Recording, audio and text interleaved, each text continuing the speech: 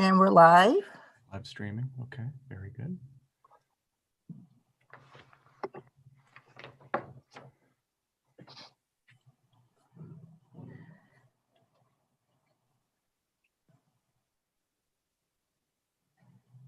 How many folks do we have in the waiting room? I have to find my waiting room. Hang on. Okay.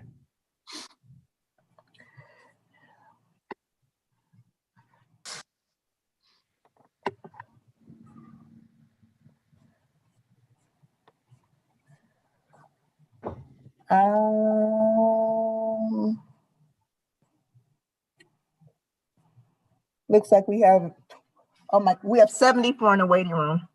Okay. So I'll let everybody in.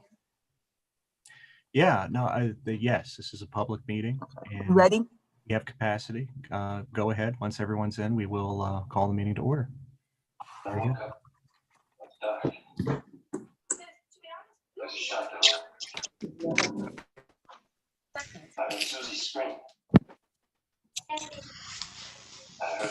Force mute everyone.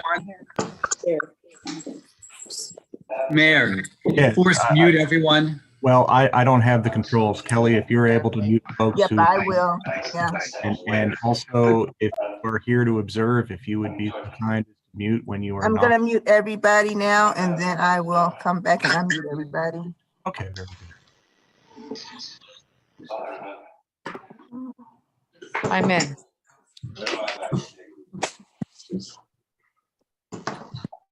Okay, then I'm gonna unmute.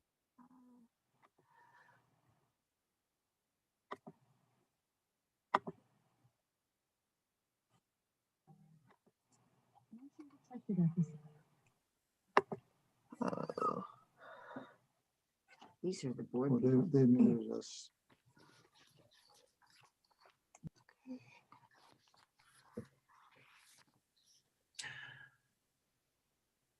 Kelly, if you're ready, let me know I'm when. ready. Okay, I think all the board members can unmute themselves. I think so. I just unmuted myself, so Okay. board members should do that. I'm ready whenever you're ready. Very good. I believe we are ready. So I will call this March 4, 2021 meeting of the University Heights City Planning Commission to order. Mrs. Thomas, will you please call the roll? Mayor Brennan, Here. Mrs. Urban, Here. Mr. Samborski, Here. Mr. Fine, Here. Mr. Rock. Here. Okay, I know that all members are present. We have next item on the agenda, the approval of minutes. We have a set of minutes from January 7, 2021. Is there a motion to approve those minutes? So moved. Very good. Motion by Mr. Samborski to approve the January 7, 2021 minutes. Is there a second? I'll second. Okay, second by Mr. Rock. Mrs. Thomas, will you please call the roll? Mayor Brennan, Aye. Mrs. Urban, Yes. Mr. Samborski, Yes. Mr. Fine, Yes. Mr. Rock. Yes. As a point of order,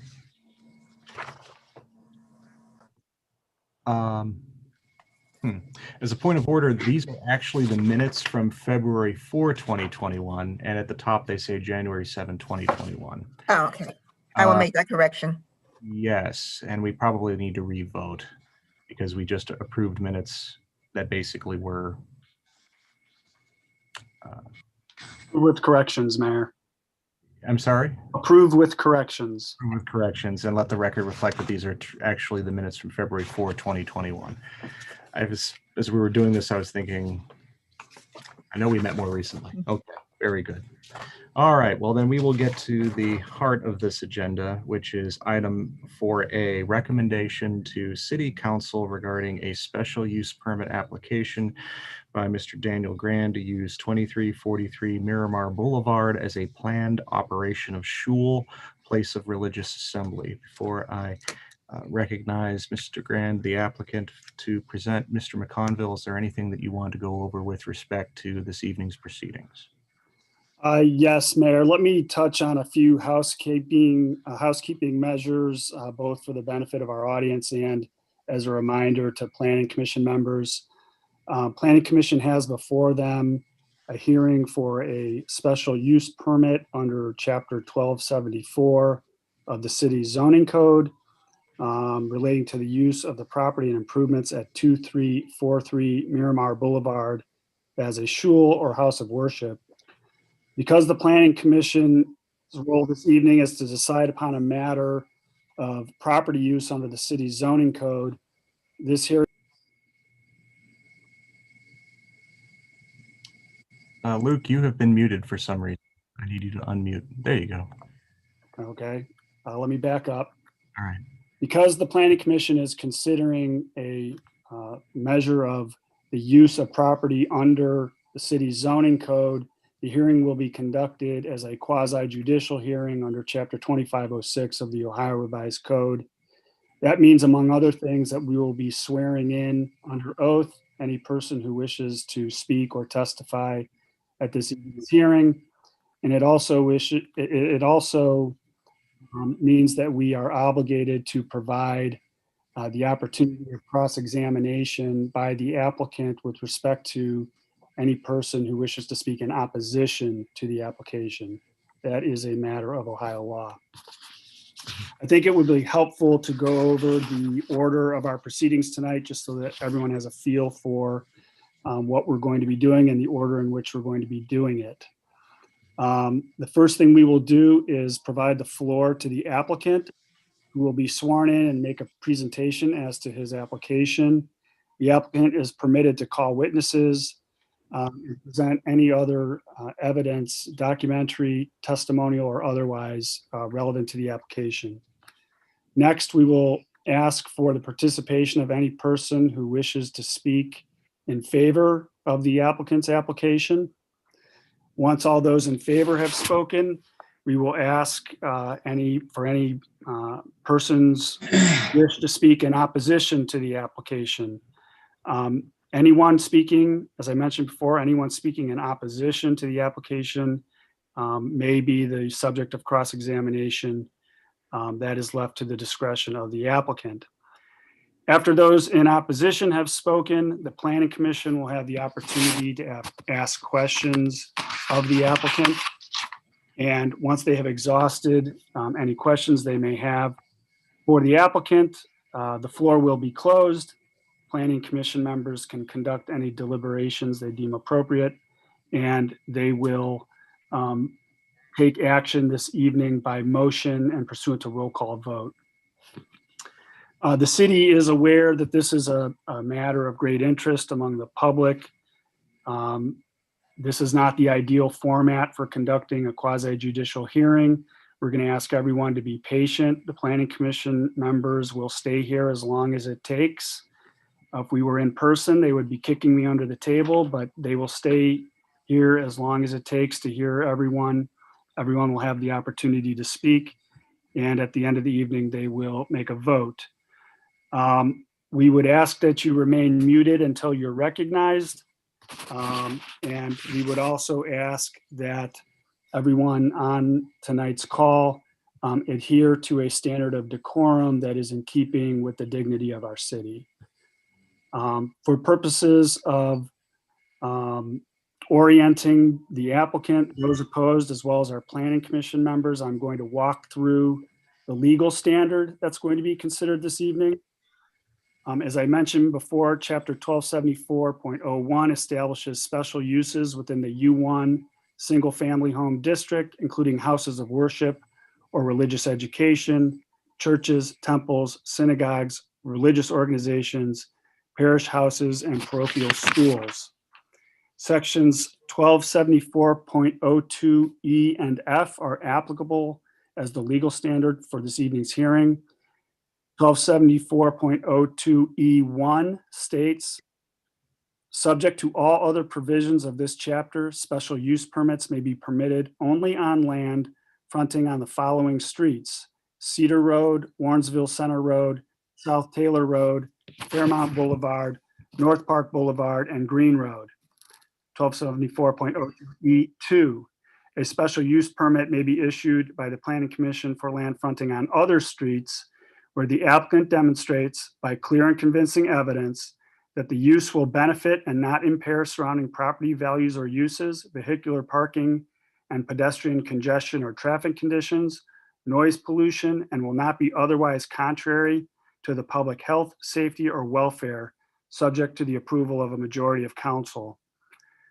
1274.02F provides prohibitions, and those are as follows. Number one, no building may be used for the uses defined in this chapter unless originally designed and approved for such use. Number two, the conversion of a residence, store, or other building for a use defined in section 1274.01 is prohibited. Number three, all uses defined in section 1274.01 must have frontage on one of the streets referred to in division E hereof. Number four, no use permitted herein shall include sleeping or residential use accommodations on any part of the site. Number five, no variance from any of the requirements of prohibitions under chapter 1274 may be granted without the approval of the Planning Commission and the approval of council, each following public hearings at which the applicant demonstrates a clear benefit to the community and that denial will result in an unnecessary hardship to the applicant. And I note for benefit of the Planning Commission that variances would have to be provided to items 1 through 4 that I just read through, along with variances relating to lot size, lot frontage, front, side, and rear yard setbacks. The clear and convincing evidence standard that is enunciated is defined as follows. Clear and convincing evidence is that measure or degree of proof which will produce in the mind of the trier of facts a firm belief or conviction as to the zoning criteria sought to be established. And lastly, I want to note that the city is in receipt of a variety of written materials that have come to the city in the form of petitions and letters, both from residents of the city in favor of and opposed to the proposed applications. Those materials have been provided to Planning Commission members in advance of the hearing. And those items will be included as part of tonight's record. As with any trier of fact, the Planning Commission members are asked to exercise their judgment in determining the relative degree of weight to apply to any particular piece of evidence, document, or testimony. I'm happy to answer questions about the legal standard as Planning Commission members begin their deliberations. And with that, Mayor, I would turn the floor back over to you. Thank you, Mr. McConville. I know you touched on this somewhat, and I also want to make sure that it's repeated, perhaps for emphasis. There are lots of things that I know people have had to say, especially with regard to things that they have filed and submitted to the city. I would ask that people keep their comments germane to the application that is pending before this body this evening, and that we take testimony and hear evidence and commentary only on those matters that are directly relevant to these proceedings. There are a lot of people here. I anticipate a lot of people are going to want to talk. I am in the position of being both, the mayor, the chair of this planning commission, and ultimately the one holding the gavel to call people to order if you are talking about things that are beside the point or are more properly relevant before some other body with regard to some other complaint or issue you may have. So I will at first, cautiously remind you to keep your comments germane if they are not. And ultimately, we will move on to somebody else who may have something that they want to say that is relevant directly to the special use permit application on the agenda this evening. So with that, if there are no questions, I would wish to recognize the applicant, Mr. Daniel Grand, who is on the call, the Zoom meeting, to present on behalf of his application. Mr. Grand, you have the floor.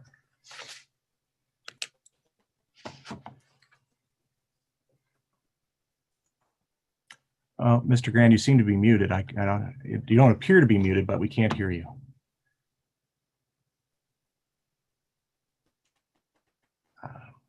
I cannot hear Mr. Grand. Can anybody else hear Mr. Grand? Okay.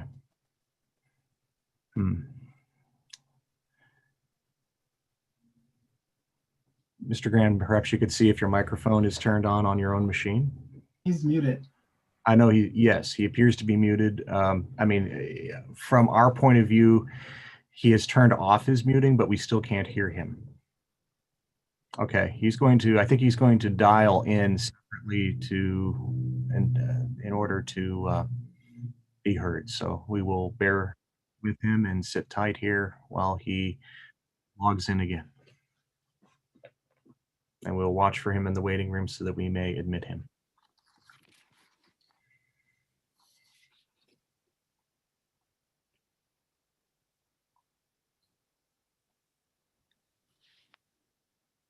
Okay, I see Mr. Grand is in the waiting room.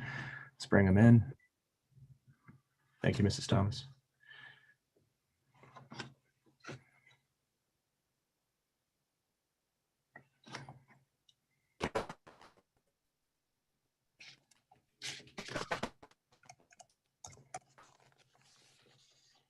Okay, Mr. Grand, are you here?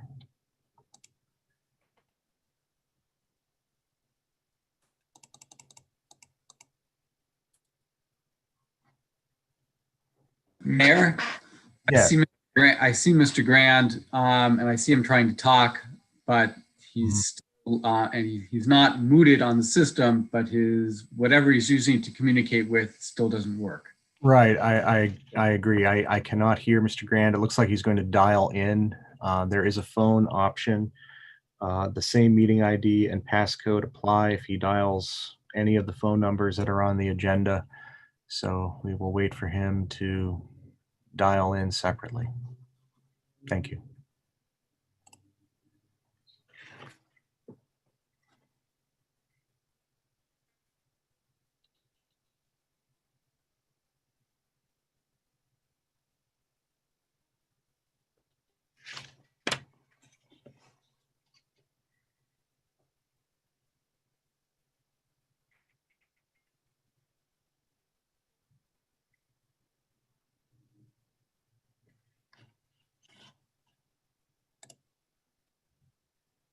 I think that may be Mr. Grand's phone number there, 718 area code.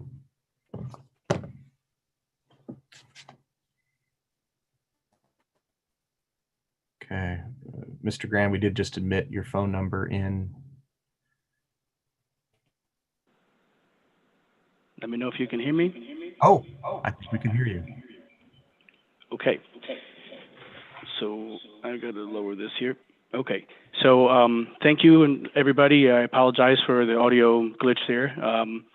I want to thank you all for participating and being here. Can hear you now. Very good. Can you hear me? You can hear me good? Okay. Yes, we can. Okay, so I did want to say that I do have representation here. Mr. Rosenfeld is on this call as well, and I think that he should be the person that takes my leading hand here, and he will guide me with the consent of this body. So, Mr. Rosenfeld, can you please unmute yourself? Yes. Before we proceed, Mr. McConville, I think the witness needs to either swear or affirm. And Mr. Rosenfeld, I don't know that he has to. I need your guidance here. We will ask anyone who's speaking tonight to swear or affirm. Mm-hmm. I can affirm. Okay, Or well, would you like me to affirm too? I'll ask you to raise your right hand. Do you affirm that the testimony you will give this evening will be the truth, the whole truth, and nothing but the truth, so help you God? I affirm. Thank you. All right, you may proceed, Mr. Grant. Mr. Rosenfeld, I was requesting that he speak on my behalf. He's my counsel attorney. I see Ethan Rosenfeld on the list here. Mr. Rosenfeld, you may unmute yourself and proceed. You can state your full name. Ethan, Mr. Rosenfeld, I don't hear you either. For some reason, there's no audio. No, I can read lips though. Do you want to call in also, Mr. Rosenfeld? Not leave your video on like I did? maybe there's a master mute, and even though we're unmuting it, it's not really affecting anything. I They're like a owner of the chat, maybe has like a master mute. That's the problem. Mhm. Hello, Mayor Brennan? yeah, I hear Mr. Cooney, I think. Hi, I just wanted to check. Thank you. That's it. Thank you. Okay. Testing, can you guys hear me? I Yes. hear- So Thank it's not that, that's not the problem then. Yeah, All right, I just let up. very good. Miss- Mr. Rosenfeld, Mr. if you would Rosenfeld. call in, perhaps.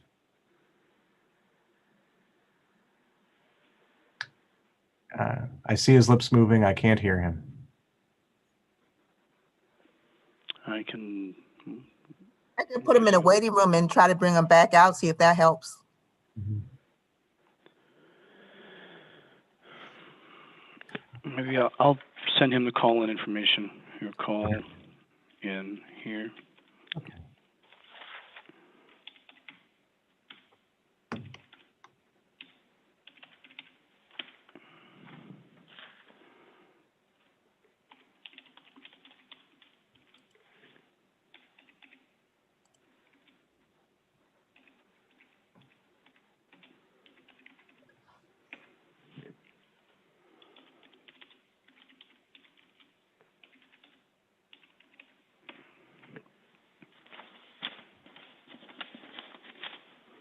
So I sent him the phone number, the meeting ID, and the passcode to gain access. Okay. Sorry for the technological disturbances. Oh, we'll work through them. Thank you.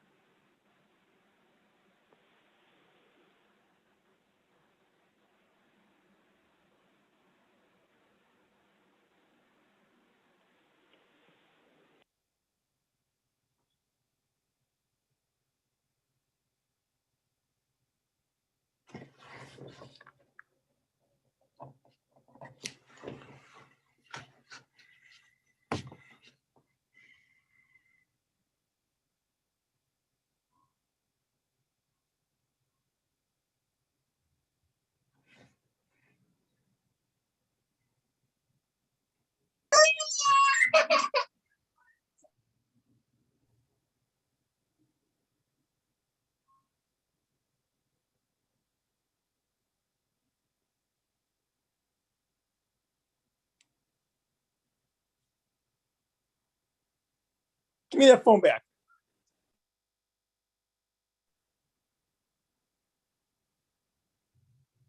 I'm not sure if Mr. Rosenfeld can hear me or not, but if so, maybe you call in on your cell phone with the information I sent to you. I texted you the call-in details.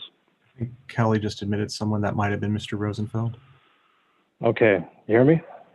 Ah, Yes, Mr. Rosenfeld. Beautiful. Okay. Tested it beforehand 500 times. Anyway. Okay. So thank you for letting me speak, Mr. McConville. Did you want to swear me in? Yes. Do you affirm that the testimony you will give today will be the truth, the whole truth, and nothing but the truth, so help you God? Affirmed. So I'm here for Mr. Grant today, and thank you so much, everyone, for joining. I know there's been a lot of conversations, writings, understandings of what may or may not be happening at this property, and I'm really hopeful today that we can have some cordial, formal, gauged discussion about what actually is going on. So I'm going to speak for a bit, and then I'm going to basically do a direct examination of Mr. Grant. There might be some questions you guys may have.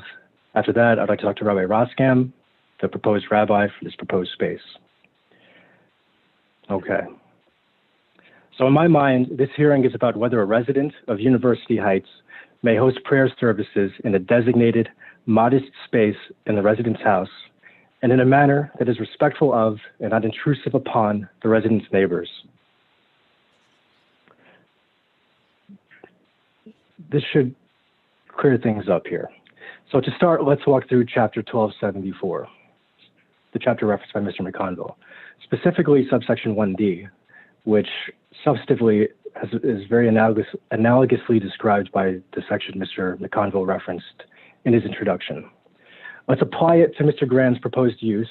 As the ordinance, unsurprisingly, it codifies much, if not all, of the concerns that I understand the neighbors have about his proposed use. But even before this, let's look at subsection 1B of Chapter 1274, which provides that a permit is needed to operate as a house of worship or a synagogue. This is a threshold item. If Mr. Grand's proposed use rises to the level of a synagogue, then the other provisions of this chapter are triggered to apply. We're not disputing that it applies. Nonetheless, I believe it's important that we have in mind that Mr. Grand wants to use a space in his house to host men's only prayer services for a prayer group once a week and on certain high holidays. This use, to me, I'm an observant Jew. To me, it doesn't bring to mind the usual imagery of a formal synagogue, like you may have in your mind of such a type as on Green Road. Those are the types of synagogues, the formal synagogues. They're public spaces with families of men, women, and children shuttling in and out throughout the day and night to pray, study, to socialize, where cars line the street or crowd a lot, where life events like weddings and bar mitzvahs, they not only can be held, but they're routinely held. What Mr. Grand hopes for is far from the image of these types of synagogues, these formal places of worship that you may have in your mind. In the Jewish community, it's called a Shabbos shul. And it connotes a nimble, a modest operation often held out of a residence, meant to provide an area with nearby communal prayer on days when driving is prohibited and relaxing or serious davening, praying, is encouraged by Jewish law. I liken it to if Mr. Grand were to throw some bases out into his backyard. Yeah, he has a field there. He might even call it Grand Field. He might play with his kids there. He might invite some guys over and play a game of baseball. Might go on for a few hours. He might have 20 people playing. But what he's established is not, I'm here in Cleveland right now, it's not Progressive Field down the block. It's a shul, just like that's a field, but it's not a formal endeavor to that level that you may have in your mind. Regardless, let's assume Mr. Grand's proposed use would constitute a synagogue or a house of worship, and return to the meat here, your concerns as codified by subsection 1D. This subsection, as Mr. McConville said, to safeguard the public health, welfare, and safety on Miramar and its surrounding neighborhood, enumerates an extensive list of concerns that Mr. Grand's proposed use cannot, I'll show you does not overstep.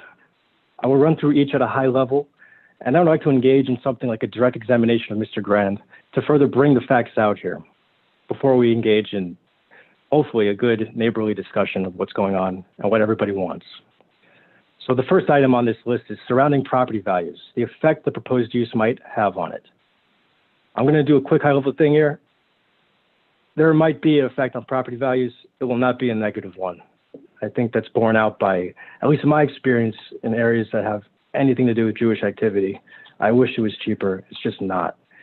Surrounding property uses, the effect here, no effect on surrounding property uses. The space has already been built, and a prayer room is just that. The place for about 10, that's the minyan, that's the quorum needed for Jewish prayer in a group setting for about 10 people to pray. And then they're done, and they go home. They go back to their families. It's a very all these days are very family-oriented days. There won't be lingering around, especially because this is not really a family shul, a family synagogue, as I described before. Vehicular parking, Jewish Sabbath, high holidays, as you're probably aware, no driving is permitted. You might say theoretically, people can drive up until the holiday itself actually starts. Mr. Grand's made it clear to me, and I believe he has, or he will make it clear to everyone who comes by, that parking is not desired or allowed on his space. It is, after all, also the space of his residence. Pedestrian conditions, the effect here, there won't really be a noticeable effect. If there's any effect, it'll be a very, very slight effect if you happen to notice one guy or two walking around you haven't seen before. The fact is most of the people everyone who would be coming to this prayer room lives within the vicinity and most likely already walks around this block on Miramar on the high holidays and on the Jewish Sabbath when we can't drive. We like to walk around and go on strolls. Traffic conditions, as I said, there's no driving. There'll be no cars brought to this endeavor. Lighting glare at night, that's a non-issue. I think that's enough said on that one. And the last one is noise pollution. There's no effect on this. This is, again, serious prayer, and then you go home to your family. In fact, even if we were into instruments and playing, and singing very loudly for these services, the room itself was actually soundproof during construction. It was designed as a music room. It wasn't even designed for this purpose to begin with. So with that high-level overview, I would like to bring Mr. Grant back in for me to have a direct examination of him, if I might. Mr. Rosenfeld, can you hear me? Okay, please proceed. I can. Thank you, Mr. Mayor. Okay, Mr. Grant, I think we all know here you've done construction on your house. We've seen it. What sort of construction have you done? From the time I bought this house, I have expanded the footprint of the building by enlarging the master bedroom and the living room, family room on the north side of my home. And I have added a garage and utilized the previous garage space as arranged for a residential purpose. So am I right in understanding that on the left side of this construction, there you have 2 floors there, correct? There's 2 floors on the left side of your house facing the house from the street? That is correct. What's on the top floor? It's one room. It's my master bedroom. And what's underneath that in that new expansion? It's one room. It's my great room, family room. Okay, so where is this prayer room where the proposed uses would be held? It's on the complete opposite side of the center part of the house. It's the side to the right, if you were looking at the front of the house, where you described a 2-story extension that's on the left. This is the right where the garage used to be. It has orange shades. It's 1 story. What did you, I've already revealed it to an extent, but what was your initial plan for that room, that prayer room? When I designed the space, it was sort of like a recreation room, sort of like a computer space, and sort of like a music room. And I was considering that an acoustic drum set can make some noise, having been a musician for the past 25 years, and electronic drums and electric guitar amplifiers can be late. It could disturb people late at night or whatever. So with that in mind, I had in this entire room, and the roof and the walls, interior walls and parameter walls, sound attenuation insulation put there. And for the record, I have played drums loud and live, even at 1 and 2 o'clock in the morning. And to date, I don't believe the city's ever heard anybody say anything about it. I don't think it's been something that disturbed anyone. Out of How long did respect construction for the community? Sorry, Mr. Rosenfeld. From start to finish, I know you're not completely finished, but from start to being materially finished, how long did construction take on this project? Sincerely, longer than I would have ever dreamed or liked. We got brought into a situation with the contractor who, for all intents and purposes, perhaps was not as, is a bit unscrupulous, perhaps, and caused me some consequences, some damage, and left me in disarray and in shambles in certain parts of my home. And it's been a very rough and arduous and long endeavor to push through and complete our home. So it's been really hard, especially with the past few months and year or whatever. But we're working out the best we can. So the room, the proposed prayer room, it's being used now. When were you first able to begin using it? And did you begin using it as that music room, like you first planned? I did. I think the room was, for lack of a better term, completed somewhere in the June, July period of last year. And it was arranged with my drum set, and I actually went before the zoning board at one point, and I was sitting in that orange painted room. That was the room. It's still the room. It's orange. How long did you continue to use that room as a music room? Up until when?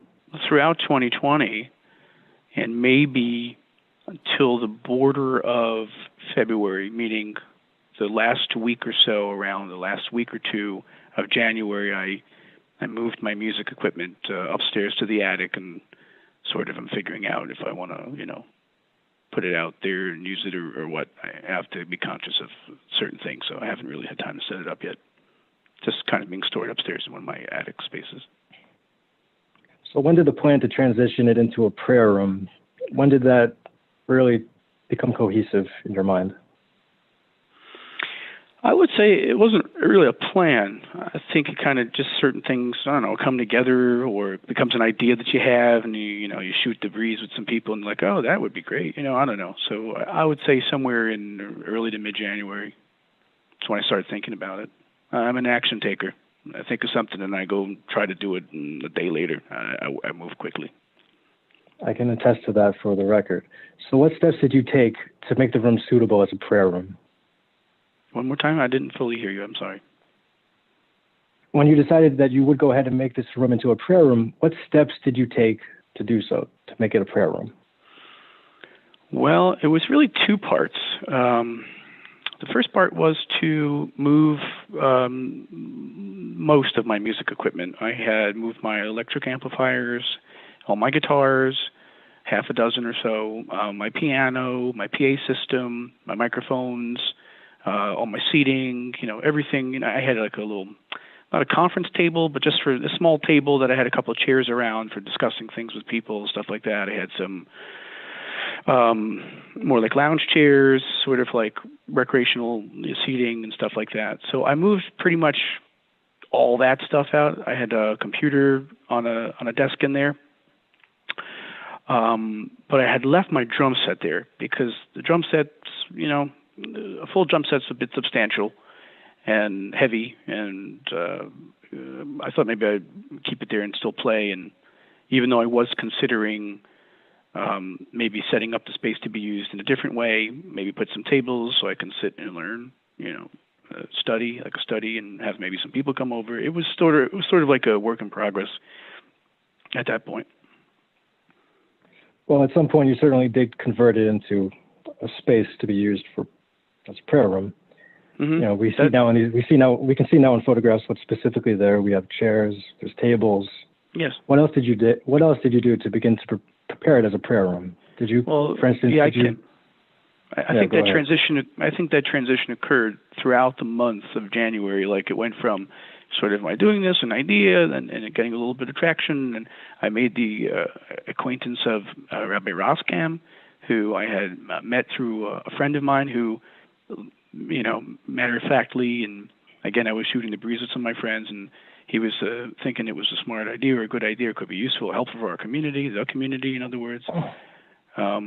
So upon meeting Rabbi Roskam, he had given me more direction, and I had some ideas, and then we kind of had a meeting of the minds, and then I decided that I would move my drum set out of there too. And then I went on to buy some chairs and some tables. So instead of having music equipment and loungy kind of chairs and things like that, I bought basically about 24 chairs and about 10 tables. Right. And I just arranged them in that room. I arranged them. So the plan began to take shape, the space began to take shape. You were talking to rabbis, talking to Rabbi Roskam, you were talking to neighbors in the area who might want to come join you in a prayer group. Yes. By any chance, did you put up a sign? Did you put up a sign to indicate that you were going to begin hosting services? I didn't put up any signs or anything external to my property to indicate that I would be having potentially having a prayer group in my house. Did you start a website? I happen to know that you have experience designing websites. Did you start a website?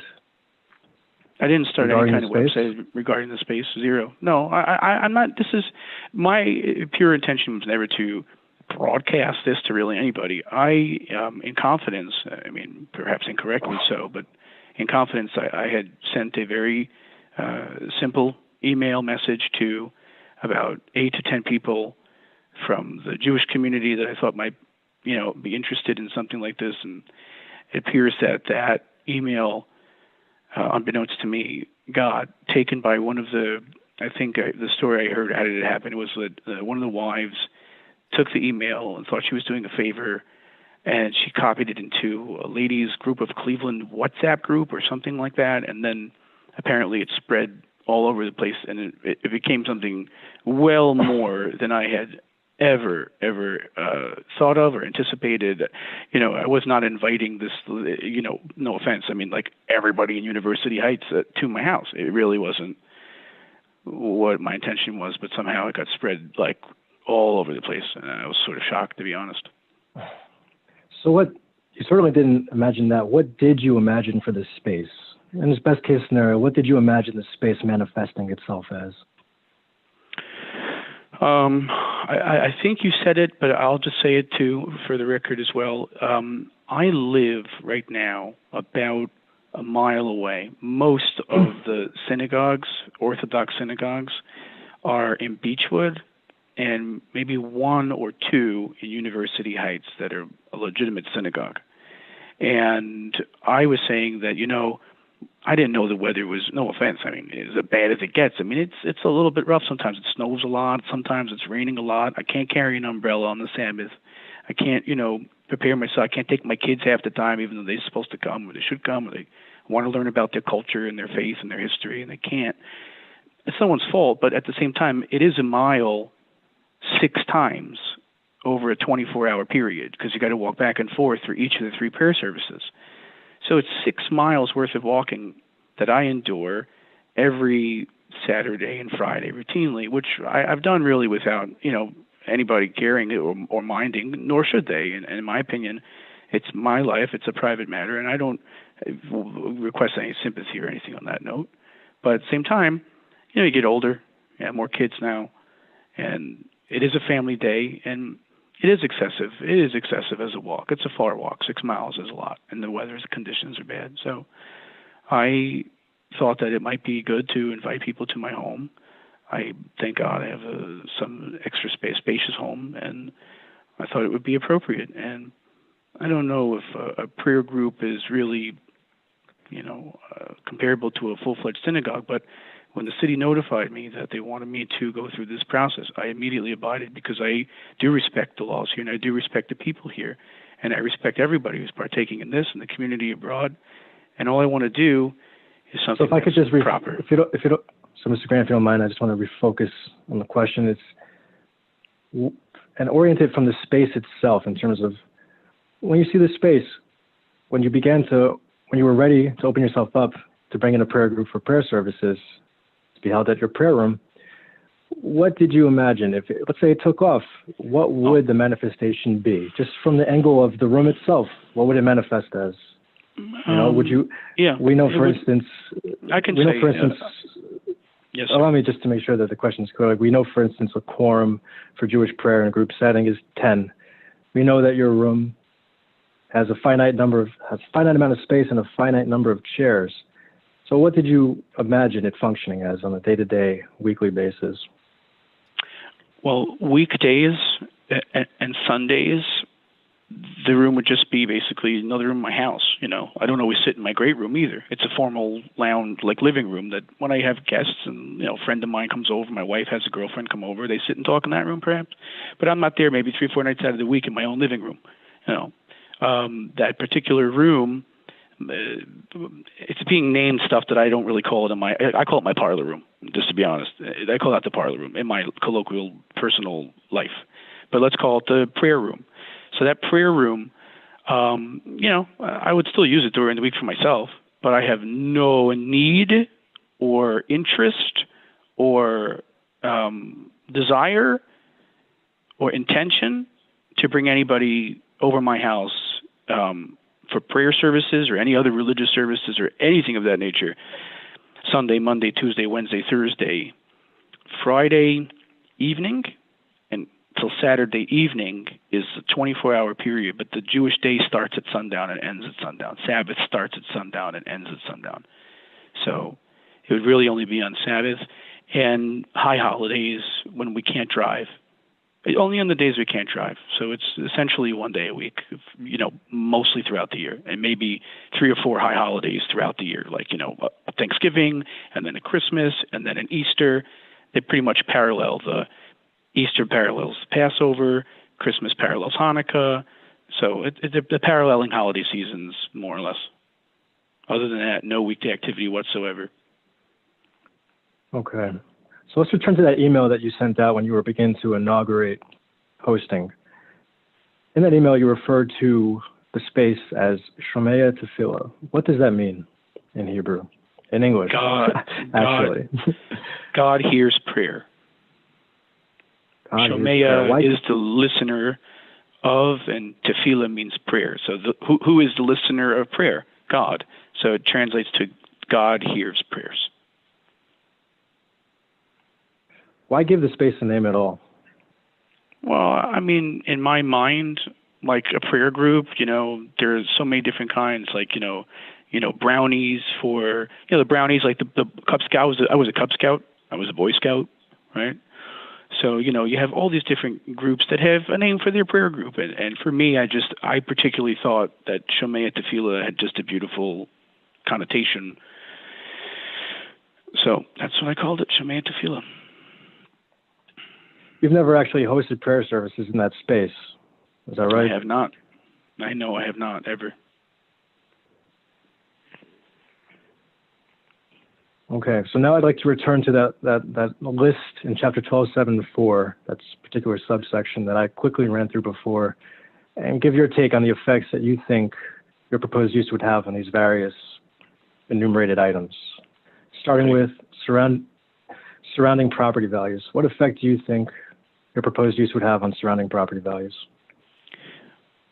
Well, I remind myself that I am under oath, so I'm going to be honest. And I will say that I think that the only effect of property values that it could possibly have would be positive, because if other people in the community knew that there was a Shabbos shul with a little bit of less walk, it would create more competition for some of the properties on our block. And that's what raises property values, essentially. I'm a real estate person, so I know.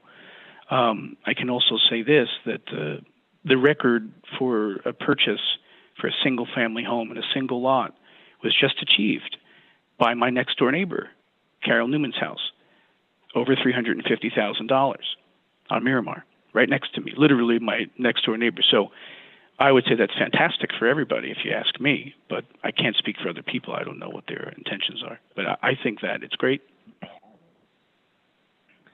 Surrounding property uses.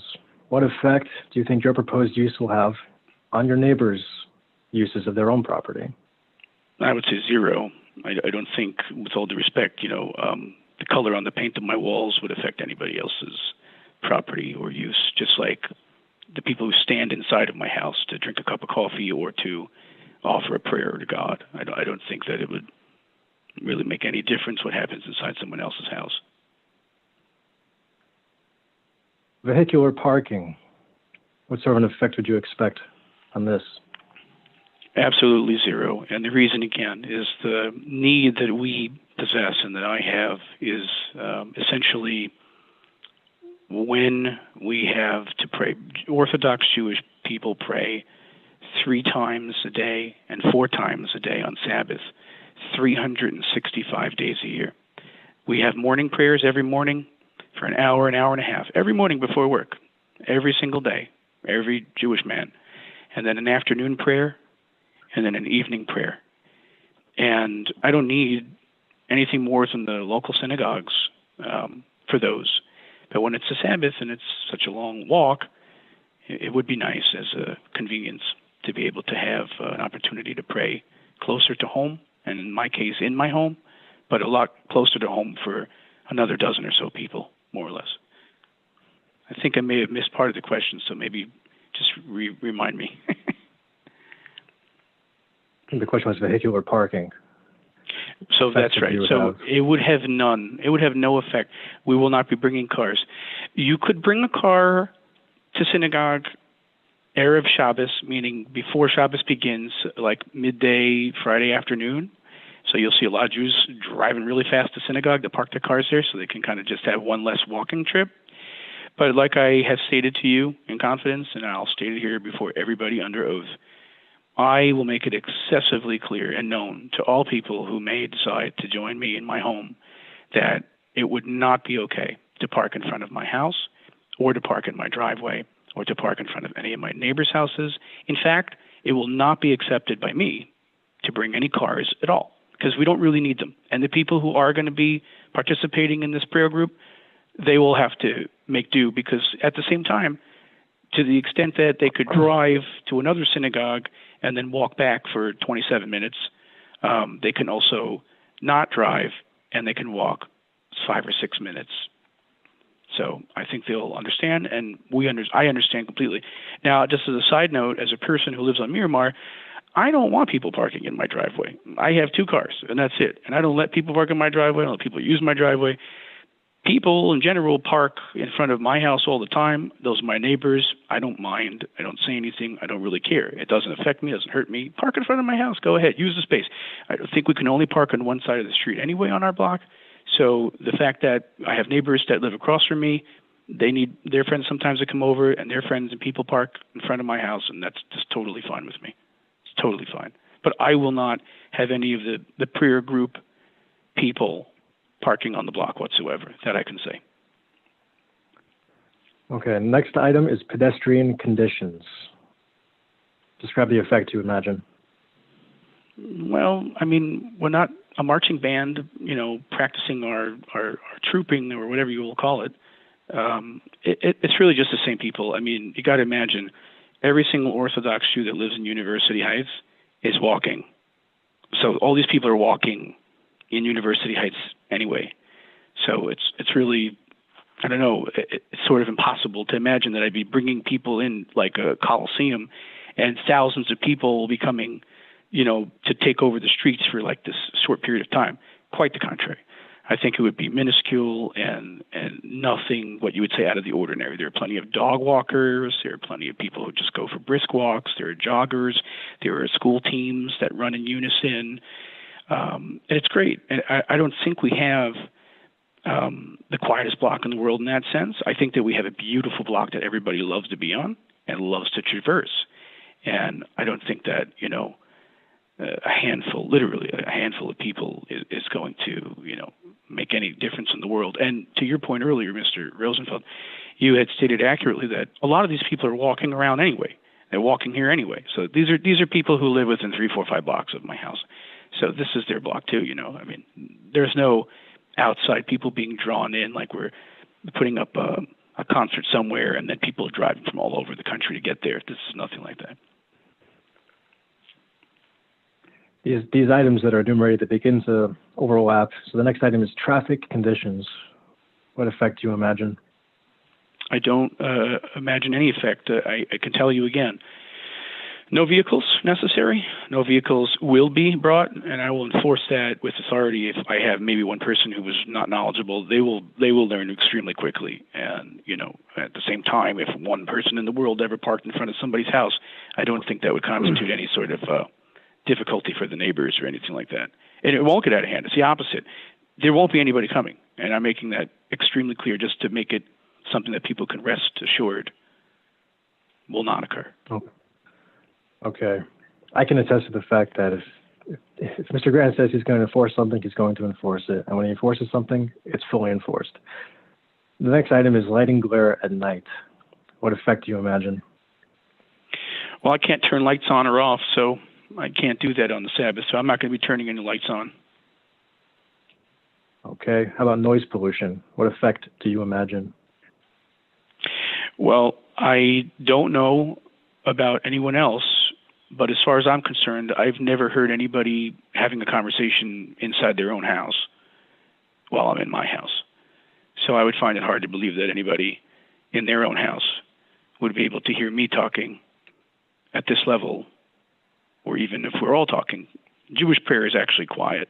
We don't use electric devices, so we can't use speakers, we can't use microphones, we can't make noise, we can't amplify, we can't make sound, we can't play music, we can't do many, many, many, many things. There's a lot of restrictions in Orthodox Judaism.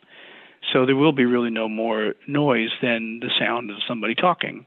And actually, the main pinnacle of the prayers that we have as part of the liturgical composition is actually called a silent prayer, and it's quiet, it's solemn, so there really is no sound in that sense. So then at the end of this list, it enumerates a few, call them catch-alls, to make sure that nothing's slipping through the cracks. Public health, public safety, public welfare. Are you bringing, I'm going to just ask a series of yes or no questions. Just say yes or no. Will you be bringing any, or would you imagine your guests will be bringing any toxic substances or illegal substances to the premises? I know that they will not. The answer is no.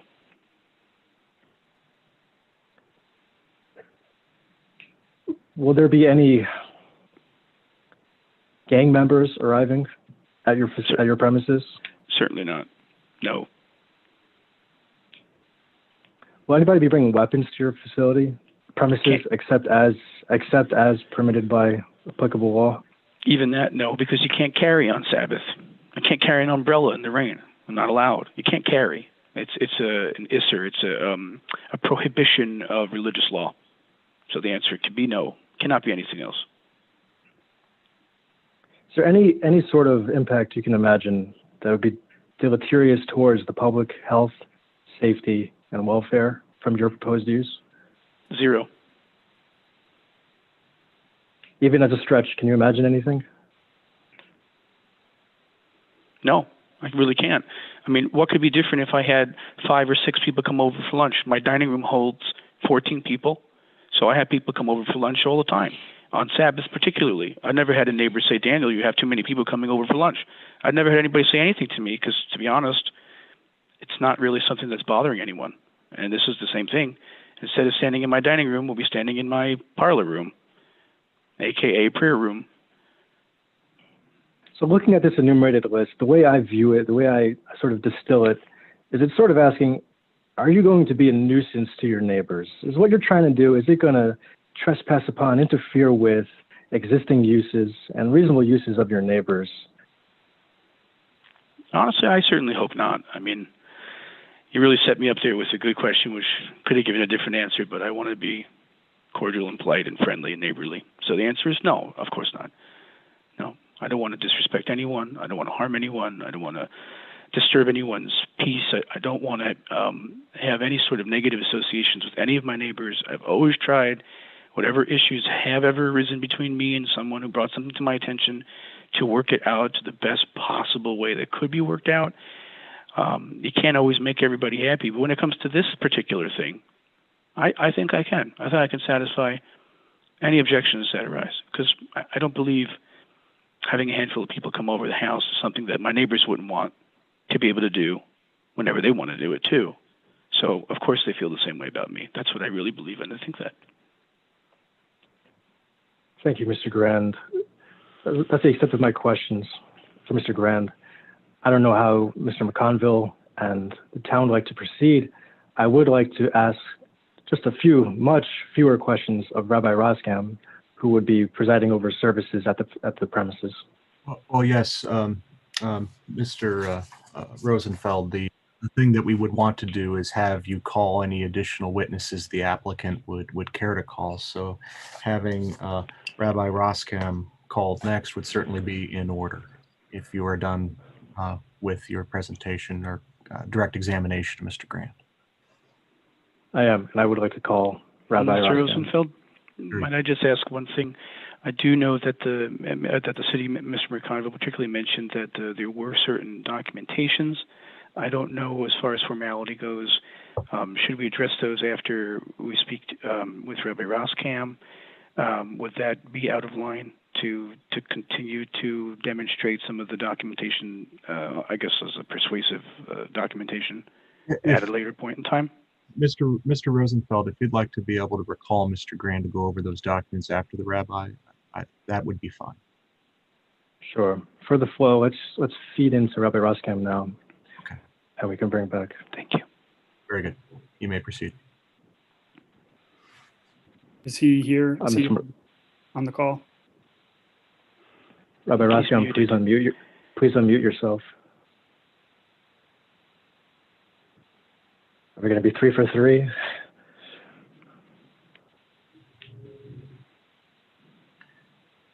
Can you hear me? Yes, Yes. I can. Great. Mr. McConville, would you administer an oath, please? Rabbi, do you affirm the testimony you will give this evening will be the truth, the whole truth, and nothing but the truth, so help you God? I affirm. Thank you. You may proceed. Rabbi Raskin, good evening. Good evening. Thank you everybody for coming and participating in this conversation. I really appreciate everybody's input. So I understand that you're relatively new to town. When did you move to town? I moved to town the summer, so I guess it was in August of 2020. Where are you coming from? I just moved here from New York. I was living in Staten Island, New York, just before. So you have smicha. That's an ordination as a rabbi. That's correct? Yes, I have smicha from Rabbi Reuben Feinstein or Rabbi Moshe Heinemann. Those are two leading rabbis, and I have that smicha from them. Yes. Why did you move to University Heights in particular, in a nutshell? Well, I mean, I had just recently finished the rabbi training school. I guess you can say the Kol Hara that I was in. That was near Staten Island in New Jersey. COVID also set a bunch of things in my life crazy, which ended up I was an assistant rabbi in Staten Island at the time, and that kind of COVID kind of stopped the shul functioning. It was time to move on. I have a sister that lives on University Parkway, so it's right near family. It was a nice place. It was time, it seemed like it was a nice option. It was a lot of nice people there. I actually grew up in the out of town areas in Denver. I spent a few years in Toledo, Ohio, and then in Detroit in school. So I like that out of town. I like this area. So it was a nice option for me. So you came to town around the summertime. About how long into this did Mr. Grant ask you to help lead services or host services for him and this prayer group on Miramar? So it was a good few months later. It must have been maybe January-ish. I'm not sure exactly. It wasn't him actually that first brought it up. I have a neighbor across the street who was interested in, that was, I guess, talking to Mr. Grand about the project. And he had mentioned it to me first, and then he mentioned it to Mr. Grand, and Mr. Grand then called me and asked me to meet with him, and we'd spoken, and that's how it happened. Yeah. It must have been January time or something around, and maybe it was late December. I don't remember exactly. So you met, the idea began to take shape, Mr. Grand began to run with it, and you agreed, I suppose, to help lead services after all. Yes. What does leading services entail?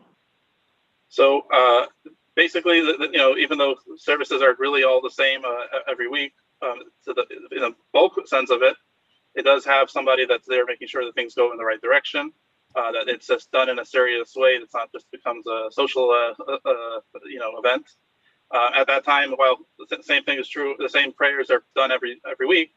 There are differences. Just for an example, this past Shabbos, was Shushan Purim, which coincided with Shabbos, which was the first time since 2008 that happened. So, not necessarily a lot of people are prepared for any differences, especially coming into Shabbos straight from Purim, the holiday Purim on Friday. There are some differences. There's some questions that come up.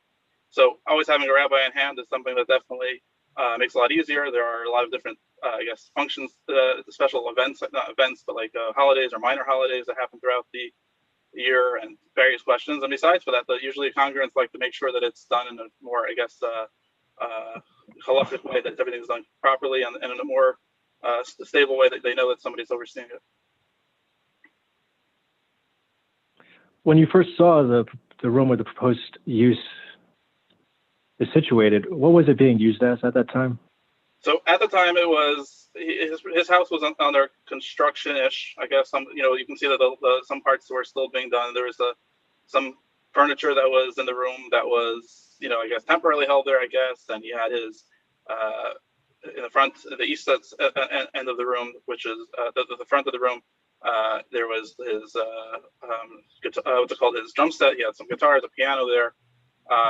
He had a bunch of, I guess, computer things. He had a lot of stuff, like crates of stuff, boxes, whatever. It seemed to be like somewhat storage, somewhat his music room, and that's what it was at the time.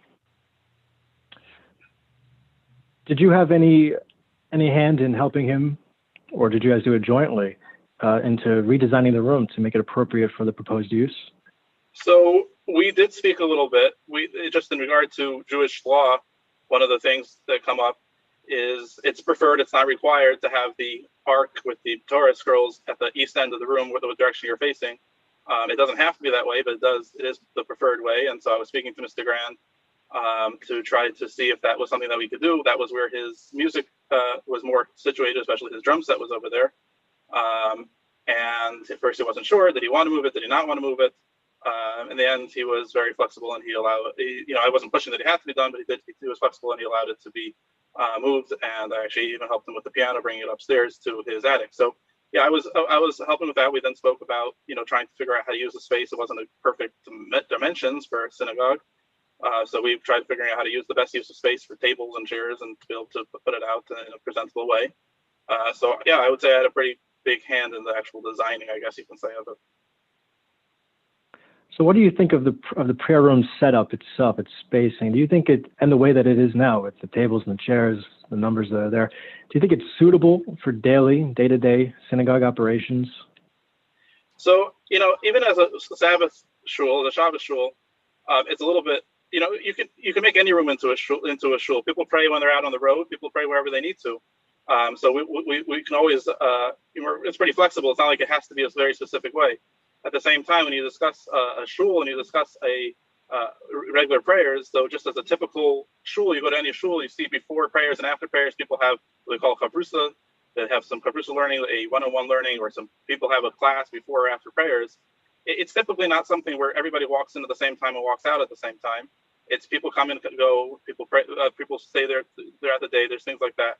Just walking into his house to get to the prayer room, you're walking through his private hallway. So it's not like it's his own area. I mean, it has that room is more being used for this, but you have to walk through his private hallway. That's his wife is going to be, his kids are going to be infringed on their privacy in somewhat if people are just walking in and out. So it's not really an ideal situation. I can't say that nothing could be flexible to try to make it work sometime, but as I'm saying, it's really not an ideal type of thing for a shul, like as a real shul. No, that's not how it is. That's the type of thing where you gotta knock and know that you're knocked before coming and know that that was a good time. So it's more something that's for like this, where we can try to make know that these are the specific prayer times or whatever it is, and this is the time you can come. But it's not just something that you're going to give up your home for 3 times a day. I mean, if you realize we're praying in the morning, early morning, getting ready for school is not a good time for that, and in the afternoon, which depends on the sun, but when the sun goes down, and in the evening. So it's not something that's really an ideal thing to do in a home, but it's done sometimes. In a lot of places, it's done when it's needed, especially for walking. There's many Shabbos shuls around the country that people do try to do, make their home available for such a thing. So there's not even a whisper of having daily services on these premises? Yeah, we're not. That is not a plan at all. There's no plan of that. We're just looking to make a Shabbos shul. That's all we're talking about. Is there so further to that end, is there even a whisper perhaps of people coming by during the week? They like the space, they want to study in that space with their friends, with their groups. Is there any whispers of that? So no, that's what I'm saying. There is no. It doesn't really even. It's not really something that's practical. I mean, you're not going to. Imagine stopping by somebody else's house, your house, and just hey, knock knock, we come in and set up a little learning session over here. It's not really so practical. As I'm saying, it's not its own entrance even. He has an entrance that's not too far from there, but you're walking through his private hallway to get to that space.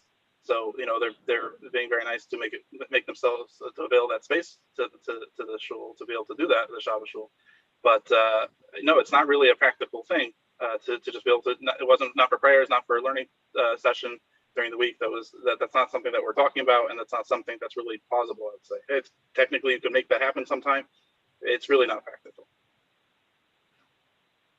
And you don't plan on being present at the premises anyway on the regular days, only on Shabbos, Shabbat, and high holidays. Do you anticipate being present there? Correct. That is correct. Yes. And that's the scope, that's the formal scope of your involvement with Mr. Grand? Yeah, that's all. I didn't know him before. This is the only thing we've been discussing. You know, this is where this is all it's about. So let's say even though it's situated now as, let's call it a Shabbos shul prayer room, let's say it takes off, the space takes off, it proves to be very popular. People in the area, they want to bring their +1s, their +2s, their friends. It's a nice space. Let's say it does take off. Do you think that space itself can carry the capacity of such a popularity for the space? So, I mean, listen, we set up, there's 10 tables in there, 10 small tables in there, there's 21 chairs. As I'm saying, listen, if you want to put another 22nd chair, I guarantee you could. The 23rd, that probably also. It's not meant for expansion. It's not meant for that. We would have to move to the next place, move to a larger place, a place that really functions as a shul if we don't become such a thing down the line. As I've said, you know, listen, Amazon started in a garage. They're not in a garage currently, but they started there. So yeah, if it takes off, we'll move on and move to a bit bigger and better place. But you know, at this point, it's not really suitable for that. We have the 21 chairs or something that's set up there, and yes, we can maybe fit a couple more in there to accommodate. But it's really not something that you can just keep on shoving chairs in there. It's, you know, if you look at the pictures, you'll see that there's tables throughout the room. And the chairs are set throughout the tables. You know, it's the space is really utilized. Sure. So, though we do know that Mr. Grand, I think everyone here knows that he has a proclivity for expansion. He's not shy to go ahead and build space if he feels he needs it. Do you have any whispers whatsoever of him building out any further than he already has? So to accommodate perhaps the popularity? I'm sorry? Yeah. To accommodate if it turns out to be a popular space. So we have never spoken about such a thing. I must admit that we did speak in just like passing about an option of another location, like if it would get bigger. There was such a topic. It wasn't in his place, but there was such a topic. I won't mention the specific places. It's not really purposeful now, but it wasn't you know, his property at all. So there was, but you know, we never talked about an expansion of that. I don't know what the laws are, but I guarantee that it's going to be required to go through a rigorous process if we want to do that. That's well beyond this special use permit. So that was never discussed at all. That was never in my mind even like an option. Nor rededicating any existing portions of his residence to serve as prayer space. So no, the answer is we actually did a little bit speak about that, just because we spoke about, like, you know, typically to maintain the dignity in the prayer services, we have men in one area, women in another area, in any normal Orthodox shul. That's how it typically is, whether upstairs or side by side or whatever it is. We spoke about, like, is there a way to do it? Is there not a way to do it? And there was no way to do that in any practical way. They were not planning to give up their next rooms, which isn't really there. You know, there's a bathroom next to it, little hallway bathroom. It's not like there's another adjacent room really that's practical. And for that reason, as was sent out in the email, this is really just for men. We're not here for kids even that are going to be running around. Kids that are, you know, closer to the bar mitzvah age where they're ready to stay and sit for prayers, then yes, we're not here to entertain the kids. Many shuls even have babysitting for kids, so that way the parents can come. It's not something that we're able to do. It's not something that's fit for us. And it's just one room. It's one prayer room, and whatever fits in there. That's what I'm saying. So we couldn't accommodate. You know, women are not required to come to this prayer on Shabbos. Some like to do it, and that's you know, encouraged. And if they could do, that's great. But it's not required. So this place is more to accommodate people that, you know, don't have that need, where the woman and the younger children would want to go to a prayer, and they would have to go to somewhere else. It's not something that we could really accommodate in this place. Mr. Rosenfeld, I just wanted to interject and say to everybody here, I have no interest in changing the shape of my house at all, or expanding outside the parameters of my prayer room whatsoever. No offense to the rabbi or anyone, but even if this thing were to get, let's say, popular, I'm curtailing it. I'm personally not going to be interested in having all sorts of people, and I would not be expanding in any way. Mr. Grant, I have a few... An opportunity to be redirected on. I afforded that, but we need to, because time and there are so many people who I know want to speak. I want to make sure that order here. So if we could just I have one final question for Rabbi Roskam. Just one last question for Roskam. So in Judaism, there is a ritual immersion concept of a ritual immersion pool, otherwise known as a mikvah. It's used on certain occasions by men and women, depending, it comes up. There are synagogues in town that have, and there has recently been in University Heights, built a freestanding mikvah. Certain synagogues in Beechwood and University Heights, they have mikvahs functioning as well. Is there any talk or even feasibility of having a mikvah constructed on these premises? So actually, the first time I ever heard about that option, that thought was literally just now as you mentioned it. It's really not a feasible thing. Typically, mikvahs are tried to be made in actually a more private way. I'm not going to get involved in all the reasons, but people don't want to go to such a place when it's in a more of a public place, and therefore it's typically not right next to houses. If they could do it, they try to make a wall of it or something. It's really not done.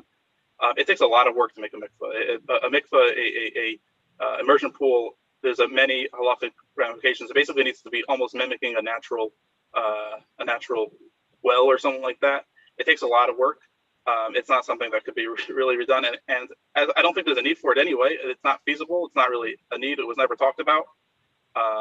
It's my understanding is, as you mentioned, they really just built one over here in University Heights, a freestanding mikvah. So no, it was never mentioned. It's not something that I would consider, really feasible. I don't think there's a need. So, Rabbi Roskam, actually, I promised I promise is my actual final question. You're new to town. You're a rabbi. You're in the Jewish community. Reputation matters to some degree in that community. Are you looking for any drama whatsoever or discord? I absolutely not. So I wish, I've gone around with to try to speak to some neighbors to try to make sure that we could work with everybody.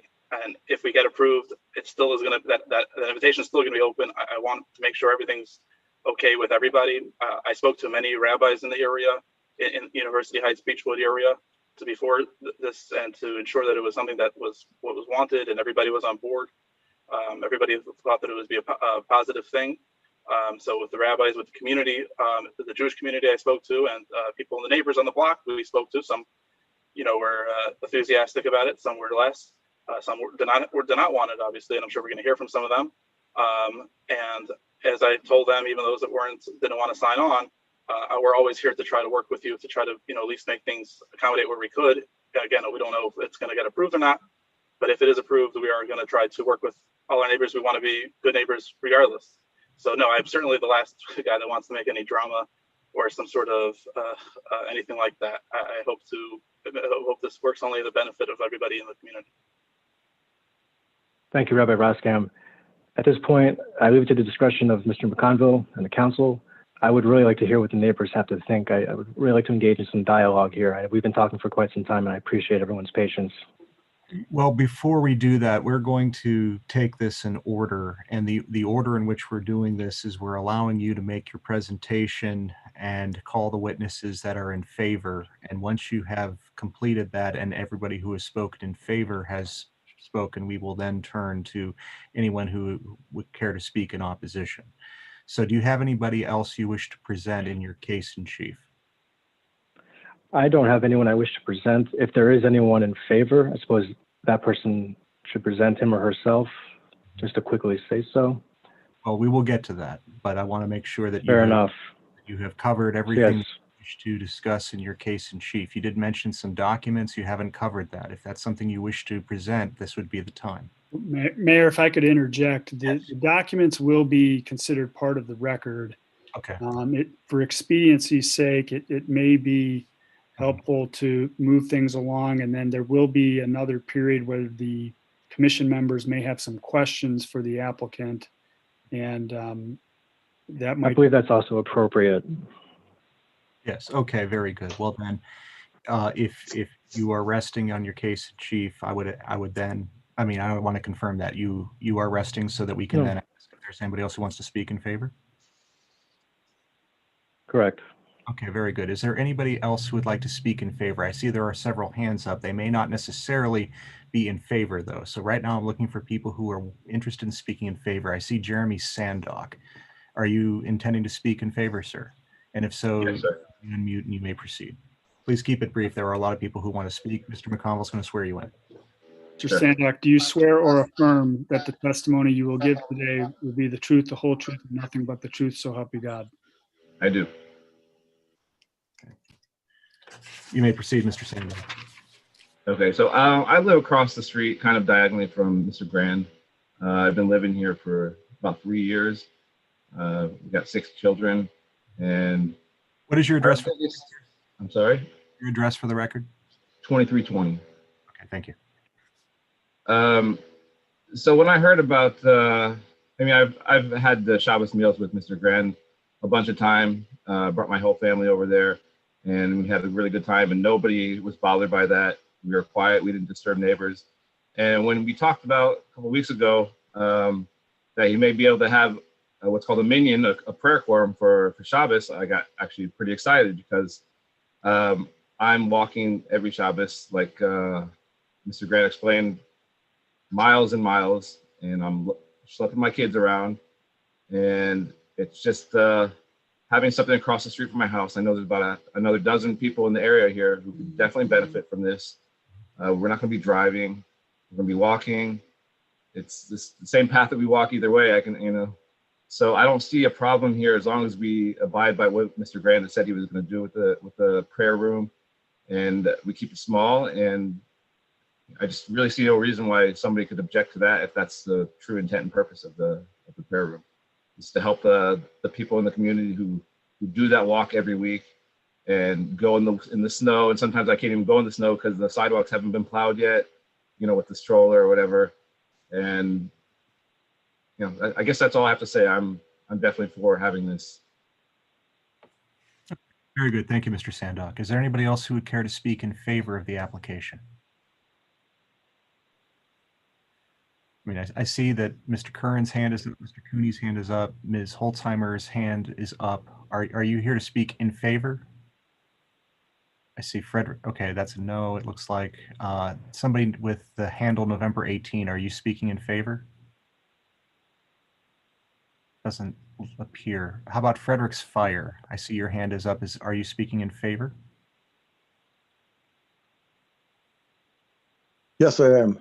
Okay, very good, Mr. If you would state your name, full name and address for the record, then you may proceed. Thank you.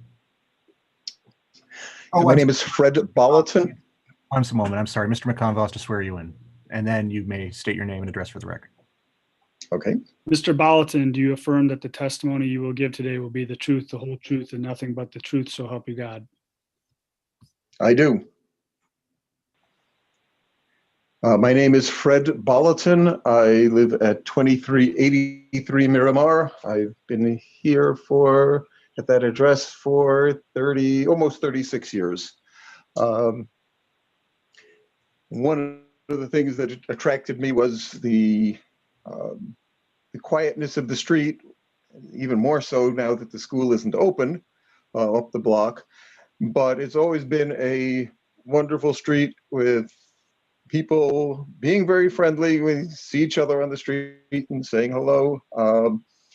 Never been any real problems that way. And I don't think this would add to any problems. As long as Mr. Grant says that he would not allow parking in his driveway, I can't see parking and cars, vehicular traffic to be an issue because, again, because we would not be allowed to drive on the Sabbath, and there is no on-street parking overnight permitted. Nobody would be able to park their cars and leave it there for the entire time. So I don't think there will be any vehicular issues at all in terms of residential pedestrian traffic. I don't think there'll be a large number, and I don't think it's a bad thing to walking up and down the street on occasion. I do that every week, and especially during the pandemic when nobody's been able to do anything, people have just walked up and down the block, and there's never been any problem. I don't believe with that. The concern would be, again, if it was going to expand, but he indicated that he's not willing to use his house. If he was trying to, I was initially concerned that he was going to try and turn the house into a synagogue and therefore claim a religious exemption for tax purposes. And he's assured me that that's not going to be the case. He'll be paying his property taxes on the entire property. So I think that it is a positive thing, especially since this street and streets to the west of us have not been streets that that observant Jewish people have chosen to live on because it's so far from a synagogue. The fact that if this was there, it may attract more people, and I do think that if anything, it would have a positive effect on property values. So I really don't see any negatives to it, and I think there are possible positives. Thank you. Okay, thank you. Thank you, Mr. Bolton. Is there anybody else here to speak in favor of the application?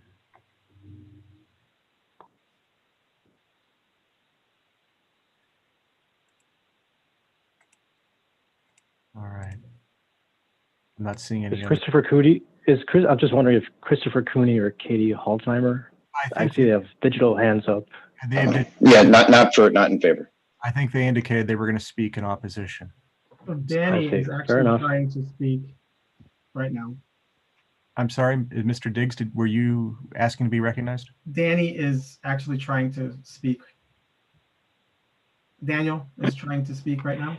Yes, I am quickly. I just, one of these, the thing I do have a list of 1, 2, 3, 4, 5, 6, 7, 8, 9 individuals who are immediate neighbors of mine that live within 3 or 4 houses of me on Miramar that are in support of it. And that has been submitted to the record.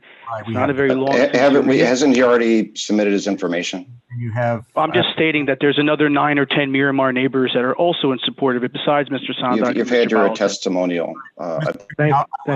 Thank you, Mr. Grant. Okay, thank you. You have rested your application, your case, and we do have we do have your filing with those names. So thank you. Okay, and the Planning Commission members have them as well. Is there anybody else intending to speak in favor? Seeing none, we will now move on to members from the public who are here to speak in opposition. As Mr. McConville indicated, there is an opportunity as per the revised code for cross-examination.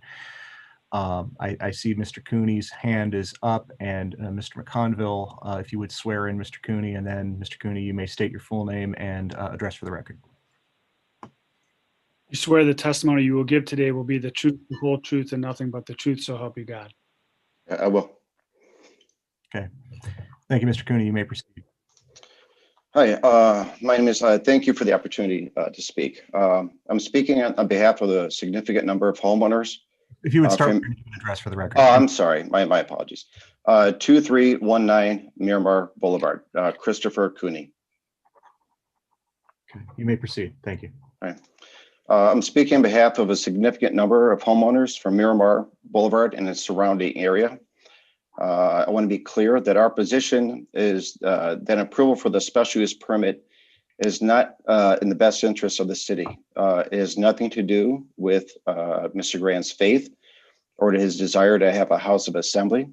It is mainly about the request for special permit for a business, essentially converting it from a residence to a business. However, the information I will present will be based on the information on his application.